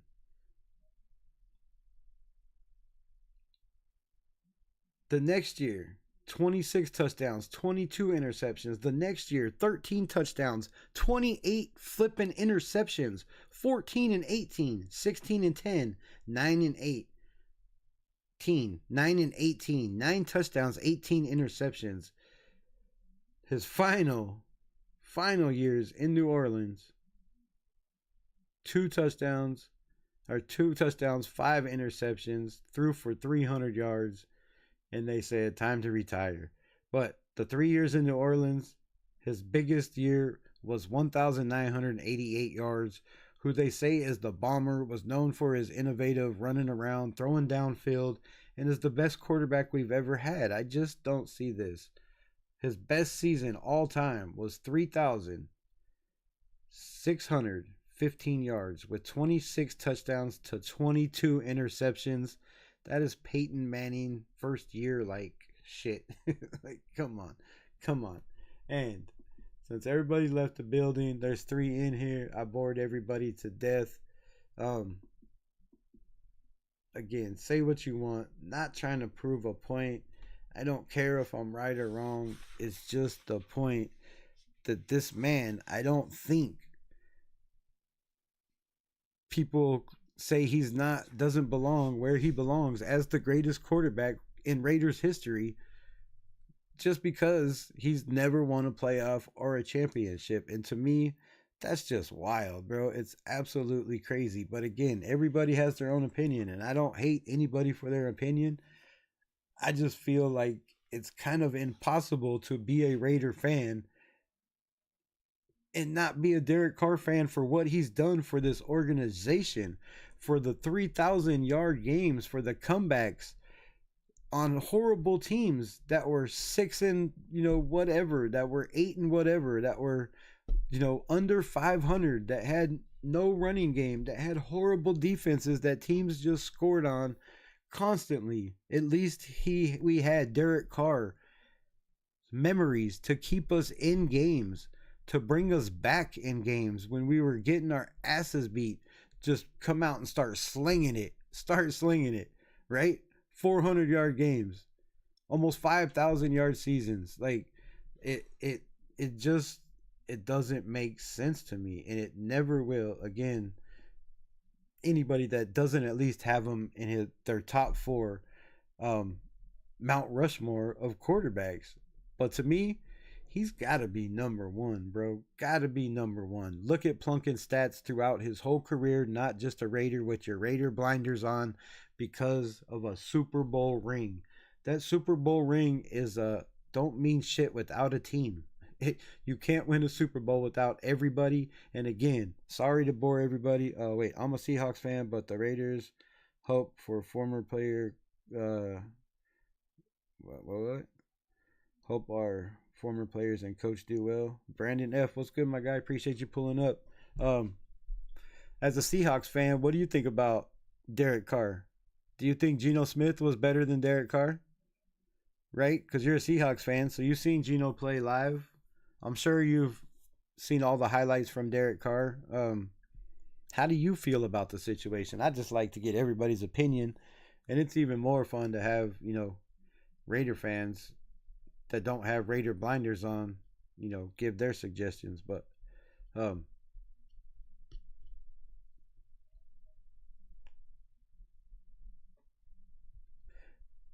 on your comment, I appreciate it. I'm with you. Everybody in this chat is with you. We really, really hope and pray that Geno absolutely kills it for us, that he could relive his glory days that he brought to Seattle with Pete Carroll the first year. Not so much the second and third year. I could do without the interceptions and the fumbles. But I really couldn't do for some of those 10-7 years, right?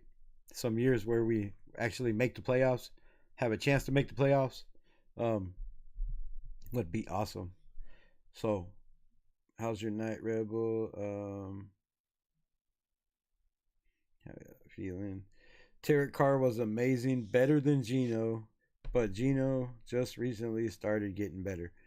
I mean, yeah, he did. And that's another, he had 6 years where he was not very good at all. And he got with Pete Carroll in a team that was already built for him. He got to sit for 2 years behind Russell Wilson, a 2-time, Super Bowl appearance quarterback, 1-time winner. Should have been 2 times winners if Pete Carroll just would have ran the ball. I feel sorry for y'all. I hate to bring that up. But, yeah, so, even my guy, Brandon F, says, Derek Carr was amazing.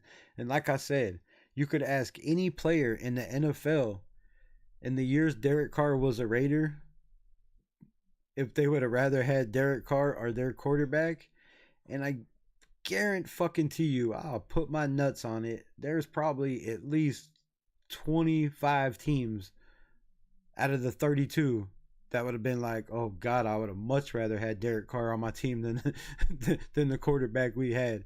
And the list goes on and on of quarterbacks. This dude is way better than. So, you know, the hate's real. But it has nothing to do with play. It all has to do with championships and playoff rings and personal feelings, which is sad. But DC, I love you, bro. Thank you for everything. Thank you for everybody in the chat. My guy Brandon, if you like this content, like, subscribe. I appreciate you pulling up. We will definitely be talking a lot about Pete Carroll and your boy Geno Smith, and we will talking Seahawks. We talk Seahawks.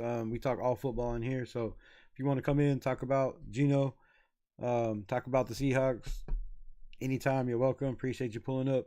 As always, much love. I gotta get the hell out of here, y'all. Raiders. Peace. As always, much love, and thanks for watching.